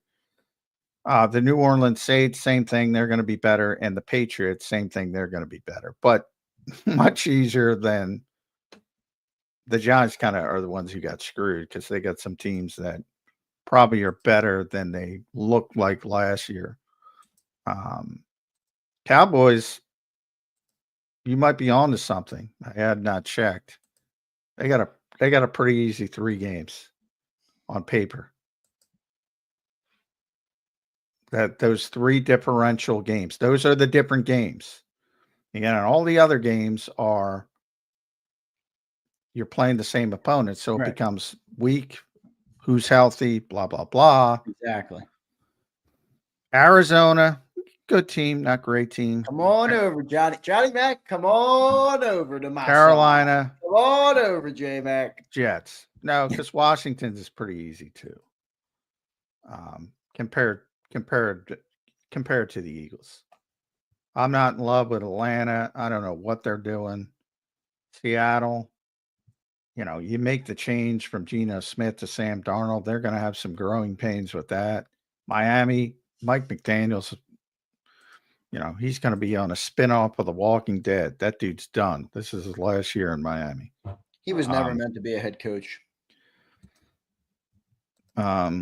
He's kind of a weird guy, but he is. I don't care about I just don't think they're a good team. I don't know. Me neither, but I don't think he's built to be a head coach. I think he's got, he's an offensive coordinator. He's a weird guy that doesn't bother me. I think Nick Sirianni's a weird guy, but Nick has that head coach pedigree, clearly. Yeah, I'm not going to. Daniel does. Yeah, I'm not going to. I'm not a big fan. I'll just say that.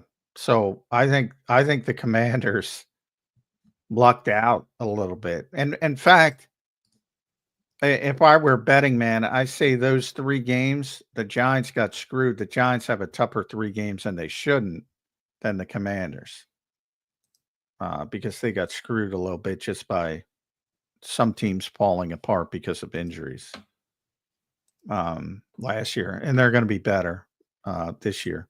Whereas I would say of the Commanders' three games, I think two teams are going to be worse than they were last year, right significantly right off the bat, and that's Miami and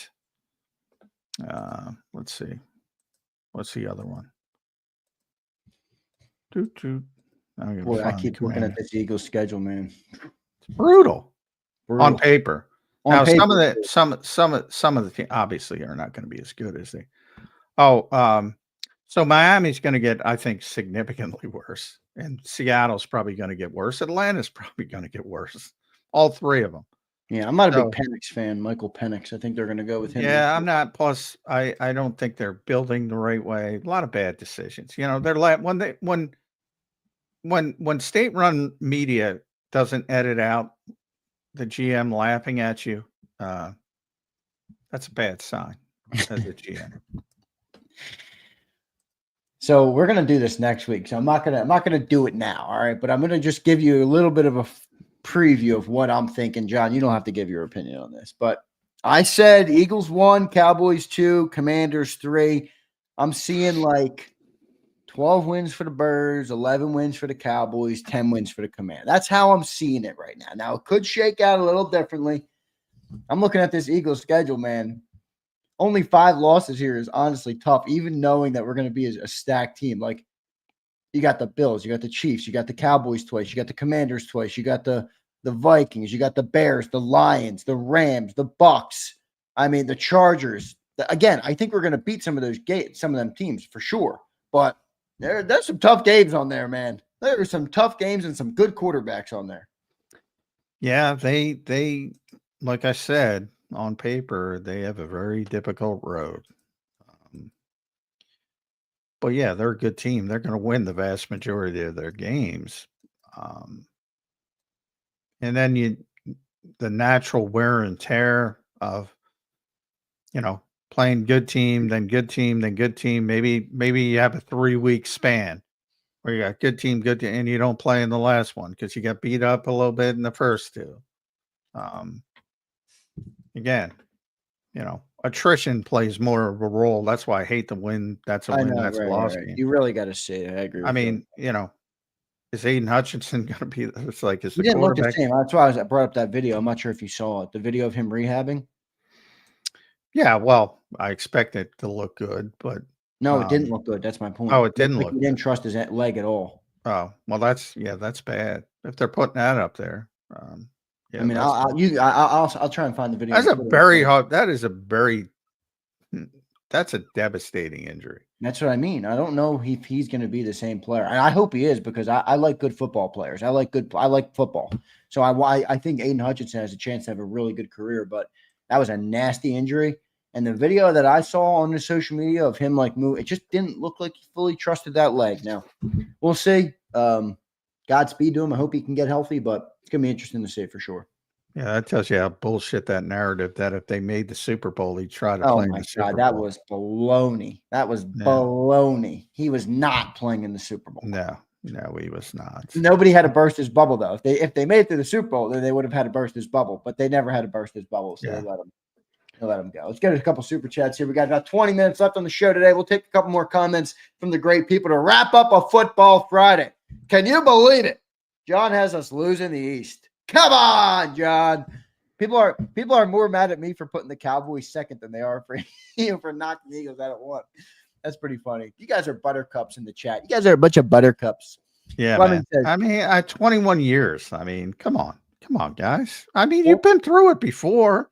Presumably, you all didn't wake up today and say, "Oh, they won a bunch of NFC titles in a row." Anybody remember that in their fandom? Winning back-to-back because you got to go back pretty far. Yeah, you got to go real far. I was like, how old was I when that happened? 6 years old. Oh, goodness. Yeah. Birthday's coming up. I mean, you act like we're making this stuff up. You act like we're making this stuff up. Yeah. Buttercups. I like that. Yeah, they're all buttercups. Look at Rich. He calls me, Richie boy. Did I upset you, Rich, because I didn't have the same sports ball take as you? Rich, shut up. Rashid Mixon checks in. What's up, Rashid? How you doing, brother? He says, same talk in 2023. We were 10-1 against those teams. Lost the ones that we should have won. San Fran. We'll have a better offense and D this year, so we'll see. I agree with what you said. We'll definitely see. Yeah, we'll definitely. I'm not saying they can't do it. No, but to his point, remember, we did have the great schedule coming off of the 22 season, and we did. And they started 10-1 and fell we beat all the apart. teams we were, that were supposed to be hard that year. Yeah. And then we had a historic collapse, the likes of which we've never seen. Exactly. So, I mean, even that year when you're 10-1 and, they couldn't finish the deal. It's not easy. It's not college. No, So college. everyone looks at, that year Arizona as a buttercup or whatever. It's the fucking NFL. Like I said, look down every roster in the NFL and you will see good players, significantly good players. New York Giants are the worst team in the NFC East. I think we could all agree with that. They have Malik Neighbors. They have Andrew Thomas. They have Dexter Lawrence. They have Brian Burns. They now have Abdul Carter. I give it about 2 weeks till Brian Pumper is calling Jackson Dart the best quarterback in the East. They have Jackson Dart, if you want to go that far. Every single team has really, really good players. Every single team, even Carolina, every single team has really not only really good players, but really talented players that if things go right, all of a sudden, like Carolina's been bad for a long time in NFL circles now. And all of a sudden they keep getting, high draft picks. And you wake up one day and you go, Jesus, that's what happened with the Lions. And you wake up one day and you go, oh my God.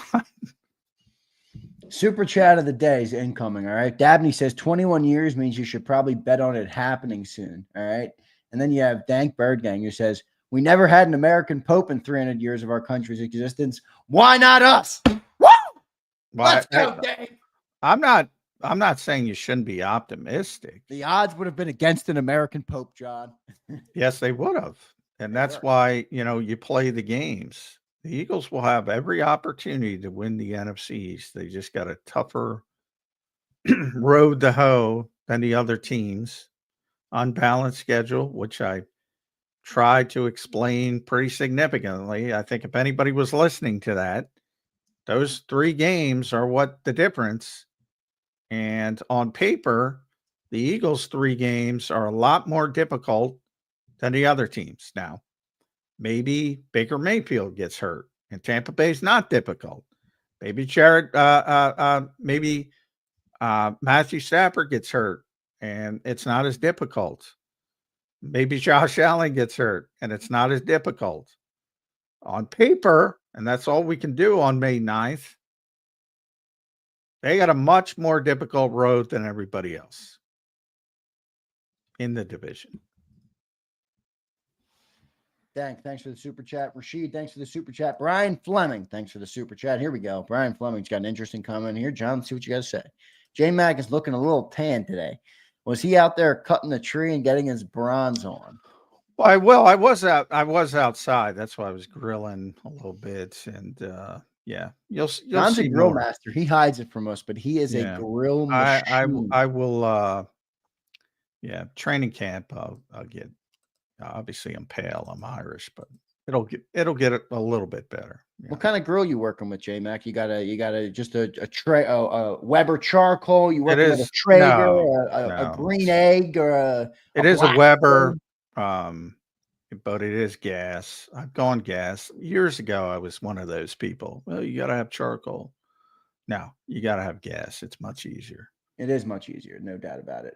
I like the Weber. The Weber charcoals I like in the summertime, John, when the sun is blaring on you and you have all the time in the world. You're not in a rush and you can get your charcoal. I do like doing that, I got to admit, but I'm with you. The gas is easier. I like the Blackstone now, Johnny Mac. Not expensive, and we got a huge one. So mine's getting old, so I got to think about going in a different direction. Easy, dude. I mean, we got our big family gets together, and I throw breakfast meat, eggs, everything on that thing, and whip it all up. It's the only time I can cook, John. You put me in a kitchen, I'm lost. I got no idea where to go. Same here. I never cook in the kitchen ever. Me neither. Ever. I don't like it. I don't want any part of it. You put me on a grill, I can stand out there for heat hours. I'd prefer it, as a matter of fact. You a stogie guy or not? You're not smoking stogies out No, there? no. I never smoke anything. That's it. I don't like smoking things. Period. I don't I like. understand that. I've never liked cigarettes. I've never liked weed. I don't like inhaling anything. Obviously, cigars, you're for the most part not inhaling unless you're insane. But I don't like it. I've never liked it. Yeah. I just don't like smoking stuff. Anything. I got a big humidor right back there, but I don't smoke cigars that much. I just like them. I think I like the aesthetic. I used to like them a lot. I mean, down in Cape May, I would be down the shore, I'd light up a stove on the porch. That's good living down there. But good stuff there, Brian. Thank you for the super chat, brother. You got us into some good topics, so we appreciate that. John, you grilling up anything this weekend or no? Yeah, probably. Depending on the weather. Oh, yeah. Raining. I think it's supposed to be my big birthday tomorrow, Johnny Mac. I like to get outside. I'm not even going to be able to. Is it going to rain tomorrow? I haven't checked. I don't know. Let me check. No, it's supposed to be sunny tomorrow. It says sunny and 70. That's there you good. go. Today's a nightmare, but it looks like it's there was, it said it was going to rain for like 4 consecutive days. Now it looks like it's not going to be as bad. So yeah, I'll be out there. There you go. I'll be out there. Then it's going to rain for 1, 2, 3, 4, 5, 6 consecutive days starting next Tuesday for the local people. Although don't worry about it. It changes 50 times between now and then. It does. So we'll see how it all shakes out. I don't know how many local people we got. Where's everybody watching from today? I know we got most of our people are local, but we got a big amount of people who are not local. Actually, that would be the wrong way to frame it. Most of the highest population of people is local, but most of our people are actually not local. It's like 30% is from here, 30%, and then 70% is from the rest. Yeah, we got to break that. The highest for one area. The local people, you gotta turn off the radio and come to YouTube or Twitter or X or all the other platforms. The podcast, we don't give the podcast enough love, because you're getting bamboozled elsewhere. Yeah, no doubt about it. Good stuff there. 10 minutes up to go in the week here on Birds 365. We'll close it out with some good talk here. Maybe one more Eagles topic I'll come up with. Let me get this last super chat here from Bird Gang. It's a shout out to me. Thank you, Bird Gang. I appreciate that. Shout out to Zander. Let's give some love for the way he's taken over the show after Jody. Dude stepped in and the show didn't miss a beat. Glad to have you on, Birds. Thank you, bro. I appreciate that. It means a lot to me. The show's been killing it. And listen, you can put it on me. I put it on John, and I put it on you guys. So I appreciate all that you guys do, checking in every day, comments, like, share, subscribes, everything you guys do. So I appreciate that very much, though, Bird Gang. Appreciate the $10 and appreciate the support as well. So I appreciate that very much. Good super chat there. Good stuff. Johnny Mac, what's on your mind? Let me ask you, all right, because I'm out of topics for the day. We hit our NFC East topic here. What is on your mind when you think about the 2025 Philadelphia Eagles? All the talk we've had, the draft talk, the post-draft talk, the breakdowns, the Eagles, the offense, the defense, the NFC East. Where are you on the Eagles? What's on your mind when you think about the 2025 Eagles in this last 10 minutes of the week? Yeah, it's a defense mainly. I mean, offense, look, I don't think they've reached their potential offensively over the past 2 seasons, to be honest. But I think you've seen the floor, and the floor is top 10. I mean, they can't not be successful on offense. There's too much talent. Defensively, there's a wide disparity because of all the uncertainty. So I'm much more concerned about that side of the football, even though technically that side of the football was better last season. The offense, now that Dallas is back, you got Pro Bowl, All Pro, or at worst Pro Bowl alternates at 10 of 11 positions. It's fucking crazy. Yeah, it is. We're going to be hemming and hawing over Tyler Steen or Kenyon Green or Trevor Keegan or whoever it ends up being. Who are you feeling like right now? Any inkling on any feeling on who that could be at right guard? None, because I'm not high on Tyler Steen. Me neither. Somebody asked me on Zander time yesterday. I defaulted to Steen, but I couldn't say it with confidence. Well, yeah, that's where they're going to start. So he's going to, he's got the inside track. but I haven't been impressed. And Kenyon Green was an abject disaster in Houston. I mean, just embarrassing levels of play. So, again, if you go on last year, Matt Pryor's probably your best option. But I think they want him as a backup and his versatility. So they want one of those guys to see, and maybe it's even Keegan coming out of left field. I'm not in love with that position, but I mean, you got 10 of 11. Who else can go And you 10 got of 11? four offensive linemen next to him. Like I can't get myself to be concerned about the right guard. As much as I don't like it, I can't be concerned about it. You got all pro level talent with Johnson, Dickerson, Mailata, Pro Bowl level talent with Cam, who arguably has an all pro upside. All pro upside. I'd agree with that. Goddard, I'd put in the Pro Bowl level talent. AJ all pro, Devontae Pro Bowl, Saquon all pro, Jalen Pro Bowl, everywhere, every freaking where. 10 of 11. That's why when people get upset, I say, why are they 8th in offense? Why are they 20? There's too much talent. There's too much freaking talent on offense. And there's no way the defense should have been better than the offense, which give all the credit to Big, everything you want, all the flowers. There's no fucking way that defense should have been better than them, but they were. They were. That defense was. They deserve a big credit for the reason we won the Super Bowl for sure. But now there's a lot of uncertainty. And can you replicate that specialness? So many more questions on the defensive side of the football than the offensive side. Good stuff there, John. This is what I love about our viewers, and I got one question for John. I'm gonna pin him with before he gets out of here. It's gonna be a tough one for him to answer. I think it was for me to answer. And this is what I love about our viewers, though, John. While I was asking you that question of what's on your mind, Keith says this in the chat before you even started talking. He says, "I'm sure he's thinking of the missing defensive pieces." Well, I mean, what else? That's a Johnny Mac viewer right there, though. He knew exactly where you were going. I mean, I don't even think about the offense on this. I don't even think about it. To me, it's more of, you complain because it's not as good as it should be. But there's only a limit. They were 8th and 8th over the last 2 years. That's probably your floor. That's your floor. There's no way you're going to be worse than that. I'd be disappointed if they're not significantly better. They should be. They should be more well-rounded. They should get the passing game going. They should do a lot of things, but they have incredible talent on the offensive side of the football. Defensively, boy, they put a lot on Vic. They put a lot on Vic. They are, no doubt about it. One more super chat and then one more question for John. Fly Goes Fly says, "You'll have to pry my Blackstone from my cold, dead hands. This buttercup loves it." I love it.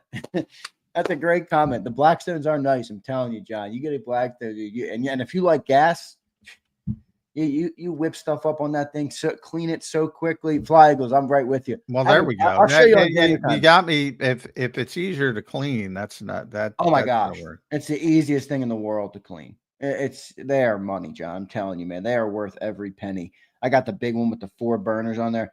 Fly goes, I'll pull up the picture of me whipping up on the Blackstone on Zander time from last summer. So good stuff there. John, this is my last question for you. I got hit with this question yesterday, and I was a little stumped.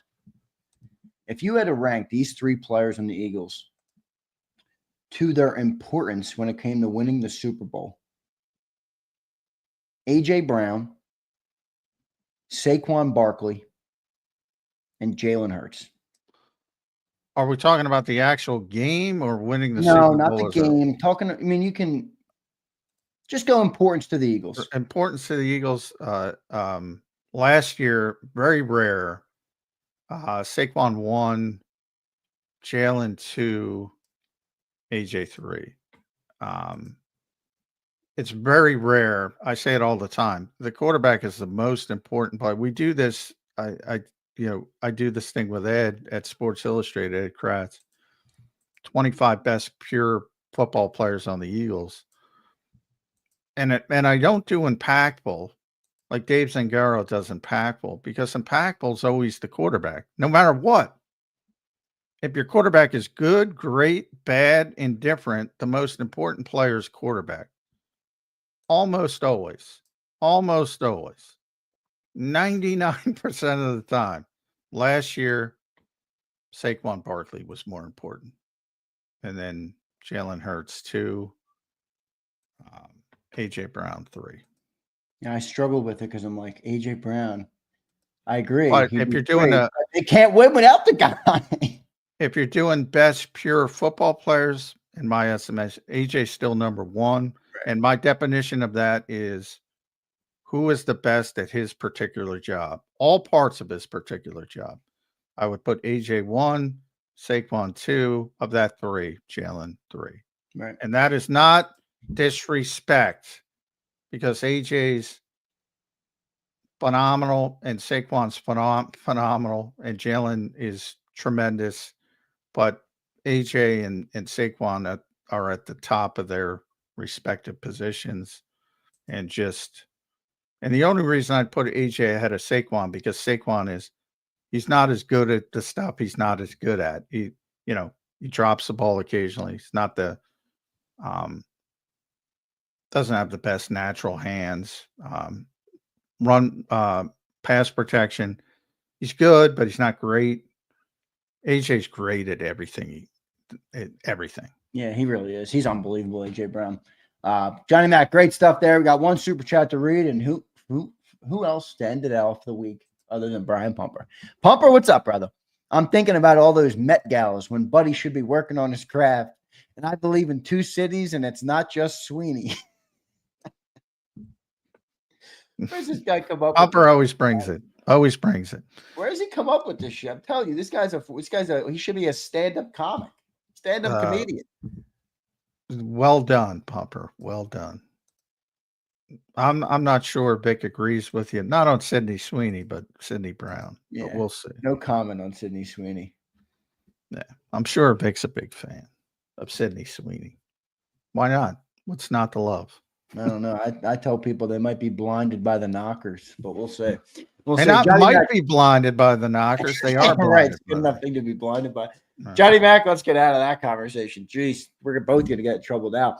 Johnny Mac, great show this week, brother. Great week of shows this week. I thought we hit on basically everything. We'll continue to prep. We'll have another great week of shows next week.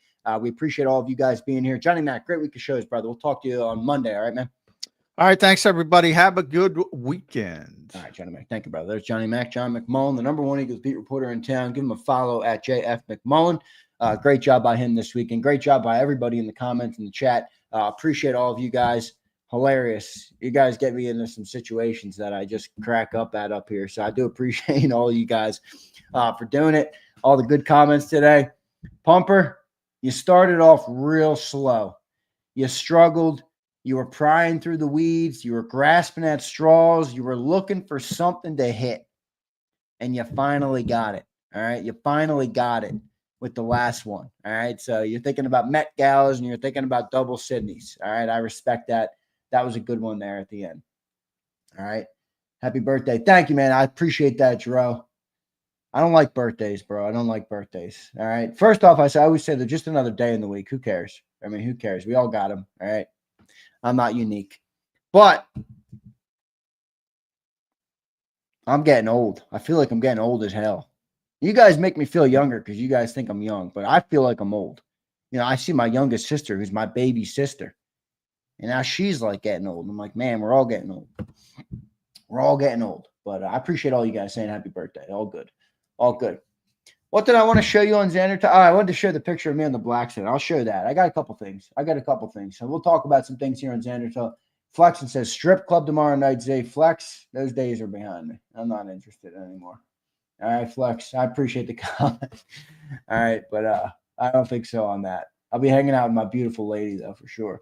Abe says, Xander, you only turning 18. Abe, I appreciate that. Another day in the week. See, there you go, B. Howard. Now you got me, brother. It is, bro. It's that's all it is. It's another day in the week. I feel like kids celebrate their birthdays, you know. I got work to do. But you running the Eagles 5K next Saturday, Big Z? Jesse, I don't think I'm going there, bro. All right, I don't think I'm going there. Where's the after party? Fredo, you in town? Let's go, bro. Come on over. All right, come on over. You kidding me? Kidding me? I told you, JAKIB Nation's getting the wedding invite. All right, you guys are going to throw down for me. Let me find this picture of me in the Blackstone. All right, let me find this picture of me in the Blackstone. There's my beautiful girl right there. Let me find this photo. I know I got a good photo of.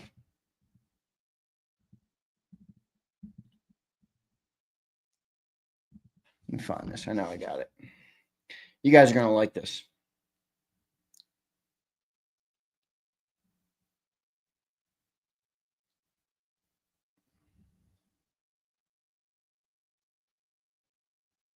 Yeah, that's not a good one.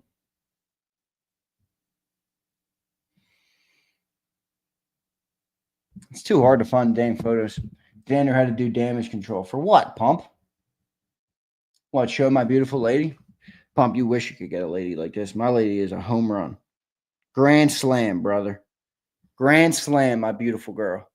Absolute grand slam. I'm beyond blessed, seriously. And more importantly, she's a good woman. I don't care. The looks are great, but I care about the character, man.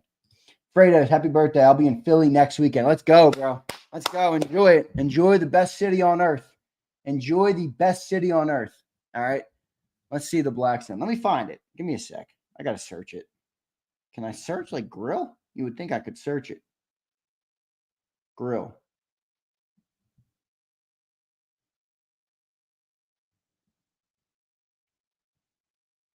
There's a picture of the grill as I'm working it, but I got to find one of me.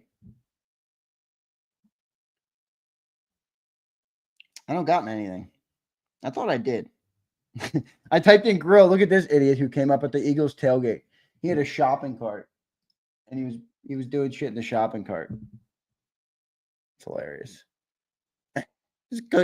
He had a pig roast in the shopping cart. Did you guys ever see this at the Eagles game? Look, that's fire. That's a pig roast in a shopping cart. It's hilarious. Did you season the Blackstone? Yeah, bro. You kidding me? I get the 4-burner one, Pumper. I don't got that little rinky dink 2-burner. I got the big boy. Come on, camera, fix. I got the big 4-burner. Now my thing's all messed up. I messed up my camera. Every time I show my camera or my phone to the camera, I get it messed up. Come on. You could do it. There you go. There you go, camera. There you go. You can't cook. Rich, I can't cook in the kitchen at all. I can grill, though. Well, I can Blackstone. I just showed you my beautiful lady. My mother's 100% Italian. I got 2 sisters who love to cook. You think I sit in the kitchen and cook? It ain't my job. It's not what I do. It's not what I'm asked to do. I don't knock people for doing it. It's just not what I'm asked to do. It's not what I need to do in my life. I got beautiful women who cook for me and deliver my food and make me well fed. Okay. You could call it whatever you want. Sexist, misogynist. I don't really care. All right. The women in my life love cooking for me.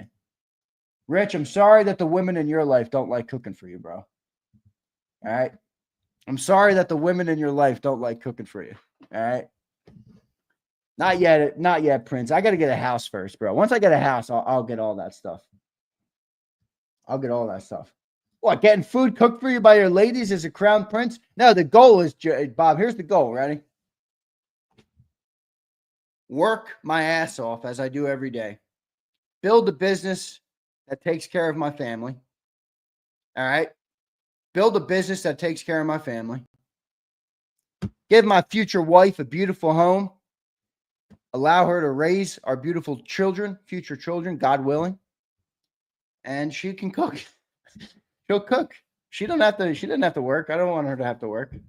I got to get there. I got a ways to go to get there, but women don't touch the grill. No, they don't, Brian. They don't need to. But you don't grill every day, especially when you live in the Northeast, bro. You can't. It's not my Florida. You know, you can't grill every day. Can't grill every day. In the winter, I don't pick up anything. All right. I haven't cooked a meal since last summer. It's May. I haven't cooked a meal in the Blackstone since September. All right.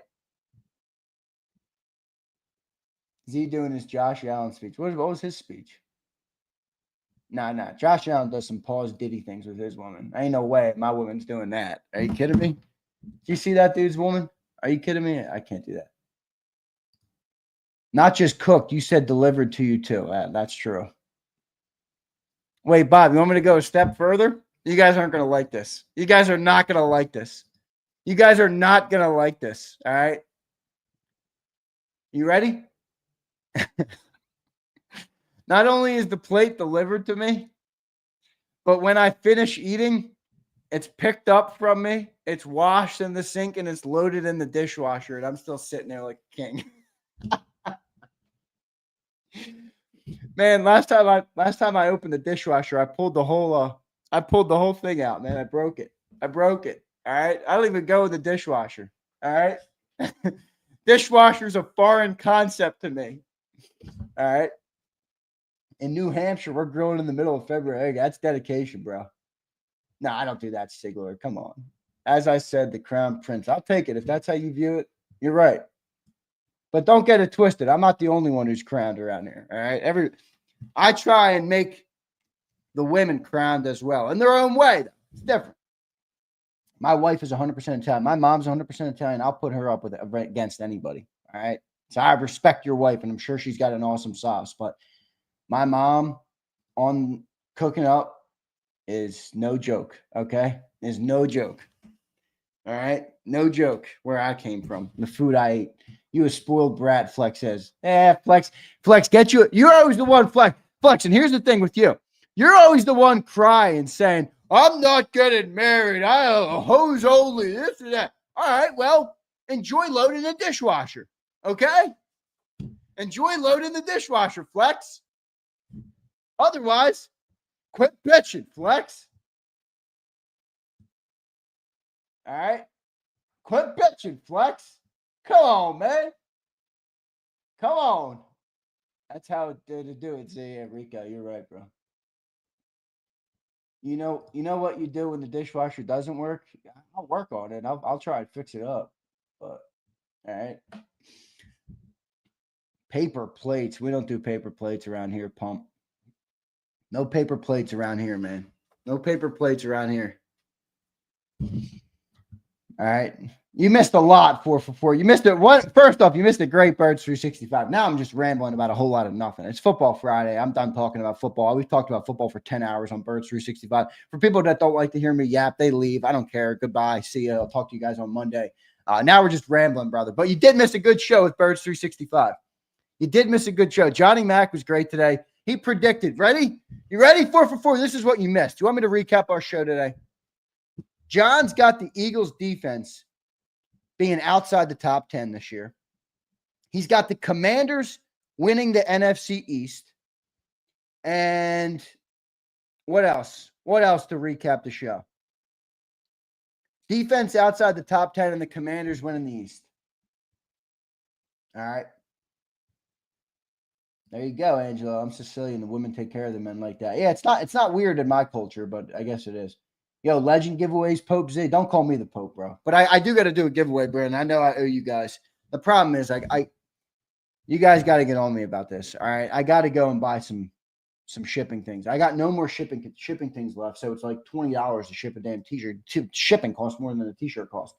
So I got to go to the store and buy a bunch of the things to put them in. All right, I'll go and do that today. I will. I promise. All right. Did you see Fletcher Cox? No, did that happen, Rico Mart? I love racing, dude. Yeah, I'm watching NHL play. I didn't catch last night, Devin. I was off the grid last night. I didn't watch any TV last night, so I missed the NBA playoffs and the NHL playoffs. But Oilers, I don't like rooting for Canadian teams. I'm not going to lie to you. I'm an American through and through. I prefer the Americans to win. Obviously, hockey is a Canadian game, but I love McDavid. I'd love to see him, I'd love to see him get it done. Let me look at the NHL playoffs. Who played last night? Oilers won in overtime. So they're up in that series 2-0. That's good because I'm on a night. I like the Knights, but Capitals up. Ooh, they nice. They tied the series. See, I want the Capitals to. I would love to see the Capitals win. I told you I like Ovechkin. All right. Prince says some of you can't even raise your money. Prince, you shouldn't have too much. I see why Xander don't like Sidney Brown. What do you mean Sidney Brown? What the fuck Sidney Brown have to do with this combo? Sidney Brown's not going to be it. Not going to be it. All right. He ain't going to be it. Pumpers, if you meant Sydney Sweeney, I'll just point to the beautiful image of my girl again, who is beautiful and a total amazing human, an amazing woman, and takes care of me. So I love her very much. I love her very much. I can't believe Flex asked me. He's from Canada. Say, who's from Canada? Mesmerized? I know Mesmerized is. Is Pumper from Canada? Nah, Pumper's from like Kuwait or something. He's goofy. Oilers won in OT. Nice. Oh, I see. Oh. You're saying Sidney Brown is Canadian. I got you. Is that my real girlfriend? Of course it's my real girlfriend. She's with me right now when she's waiting for me to get off the show. She's here for my birthday. All right. As per your request, get on your A game, Xander. Deliver the goods. JK, you're a legend. Thanks, bro. I appreciate that. Who is the dude bitching to me about the Pope? I love talking about that. I know you guys probably don't like talking about it. Deliver the goods. Do I look like the type of guy who doesn't deliver the goods? Are you kidding me? Are you kidding me? She looks like a badass. She is a badass. All right. Bob Brown says, Xander, after J-Max takes to them the season, Howie has moved John's parking spot far enough away that he'll need to take a bus to get to the NovaCare. You're probably not wrong about that. That joke went over your head. Yes, it did, Flex. I can't follow Pumper, man. Too many jokes. All right. Siglord, that's a pause, bro. That's a pause, man. That's a pause, Siglord. You can't be putting me in those positions. This is a public show, man. You guys, enough. Bring her in. Too much testosterone here. Fly Eagles, you love it. All right? You love it. I can tell you love it. I think Kirsten loves it too. And Sue in the afternoon loves it. Look at Kirsten. She loves it too.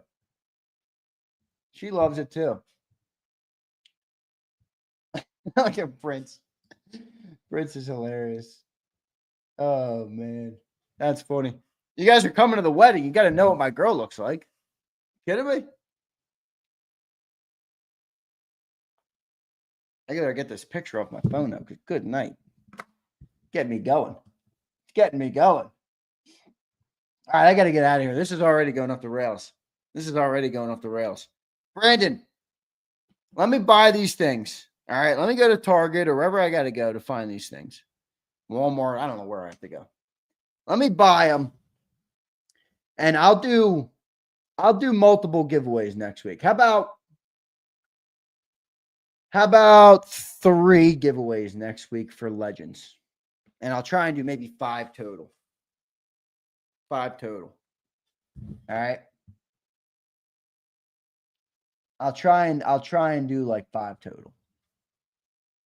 Rich, I better win. All right, Rich, we'll see. I want Fly Eagles Fly to win. She got that. This was a great super chat. You'll have to pry my Blackstone from my cold dead hand. This Buttercup loves it. I do love calling you guys Buttercups because I get a kick out of people who, it's sports ball. All right. We literally have opinions on sports ball. It's okay if we don't agree. You don't need to act like somebody's a bad person because you don't think about sports ball the same way they do. All right. It's all good. There you go. Life with Lamar. Taurus season. Mine's on Sunday. I've never been big in the signs, but I hear you. It is. I'm a Taurus for whatever that means.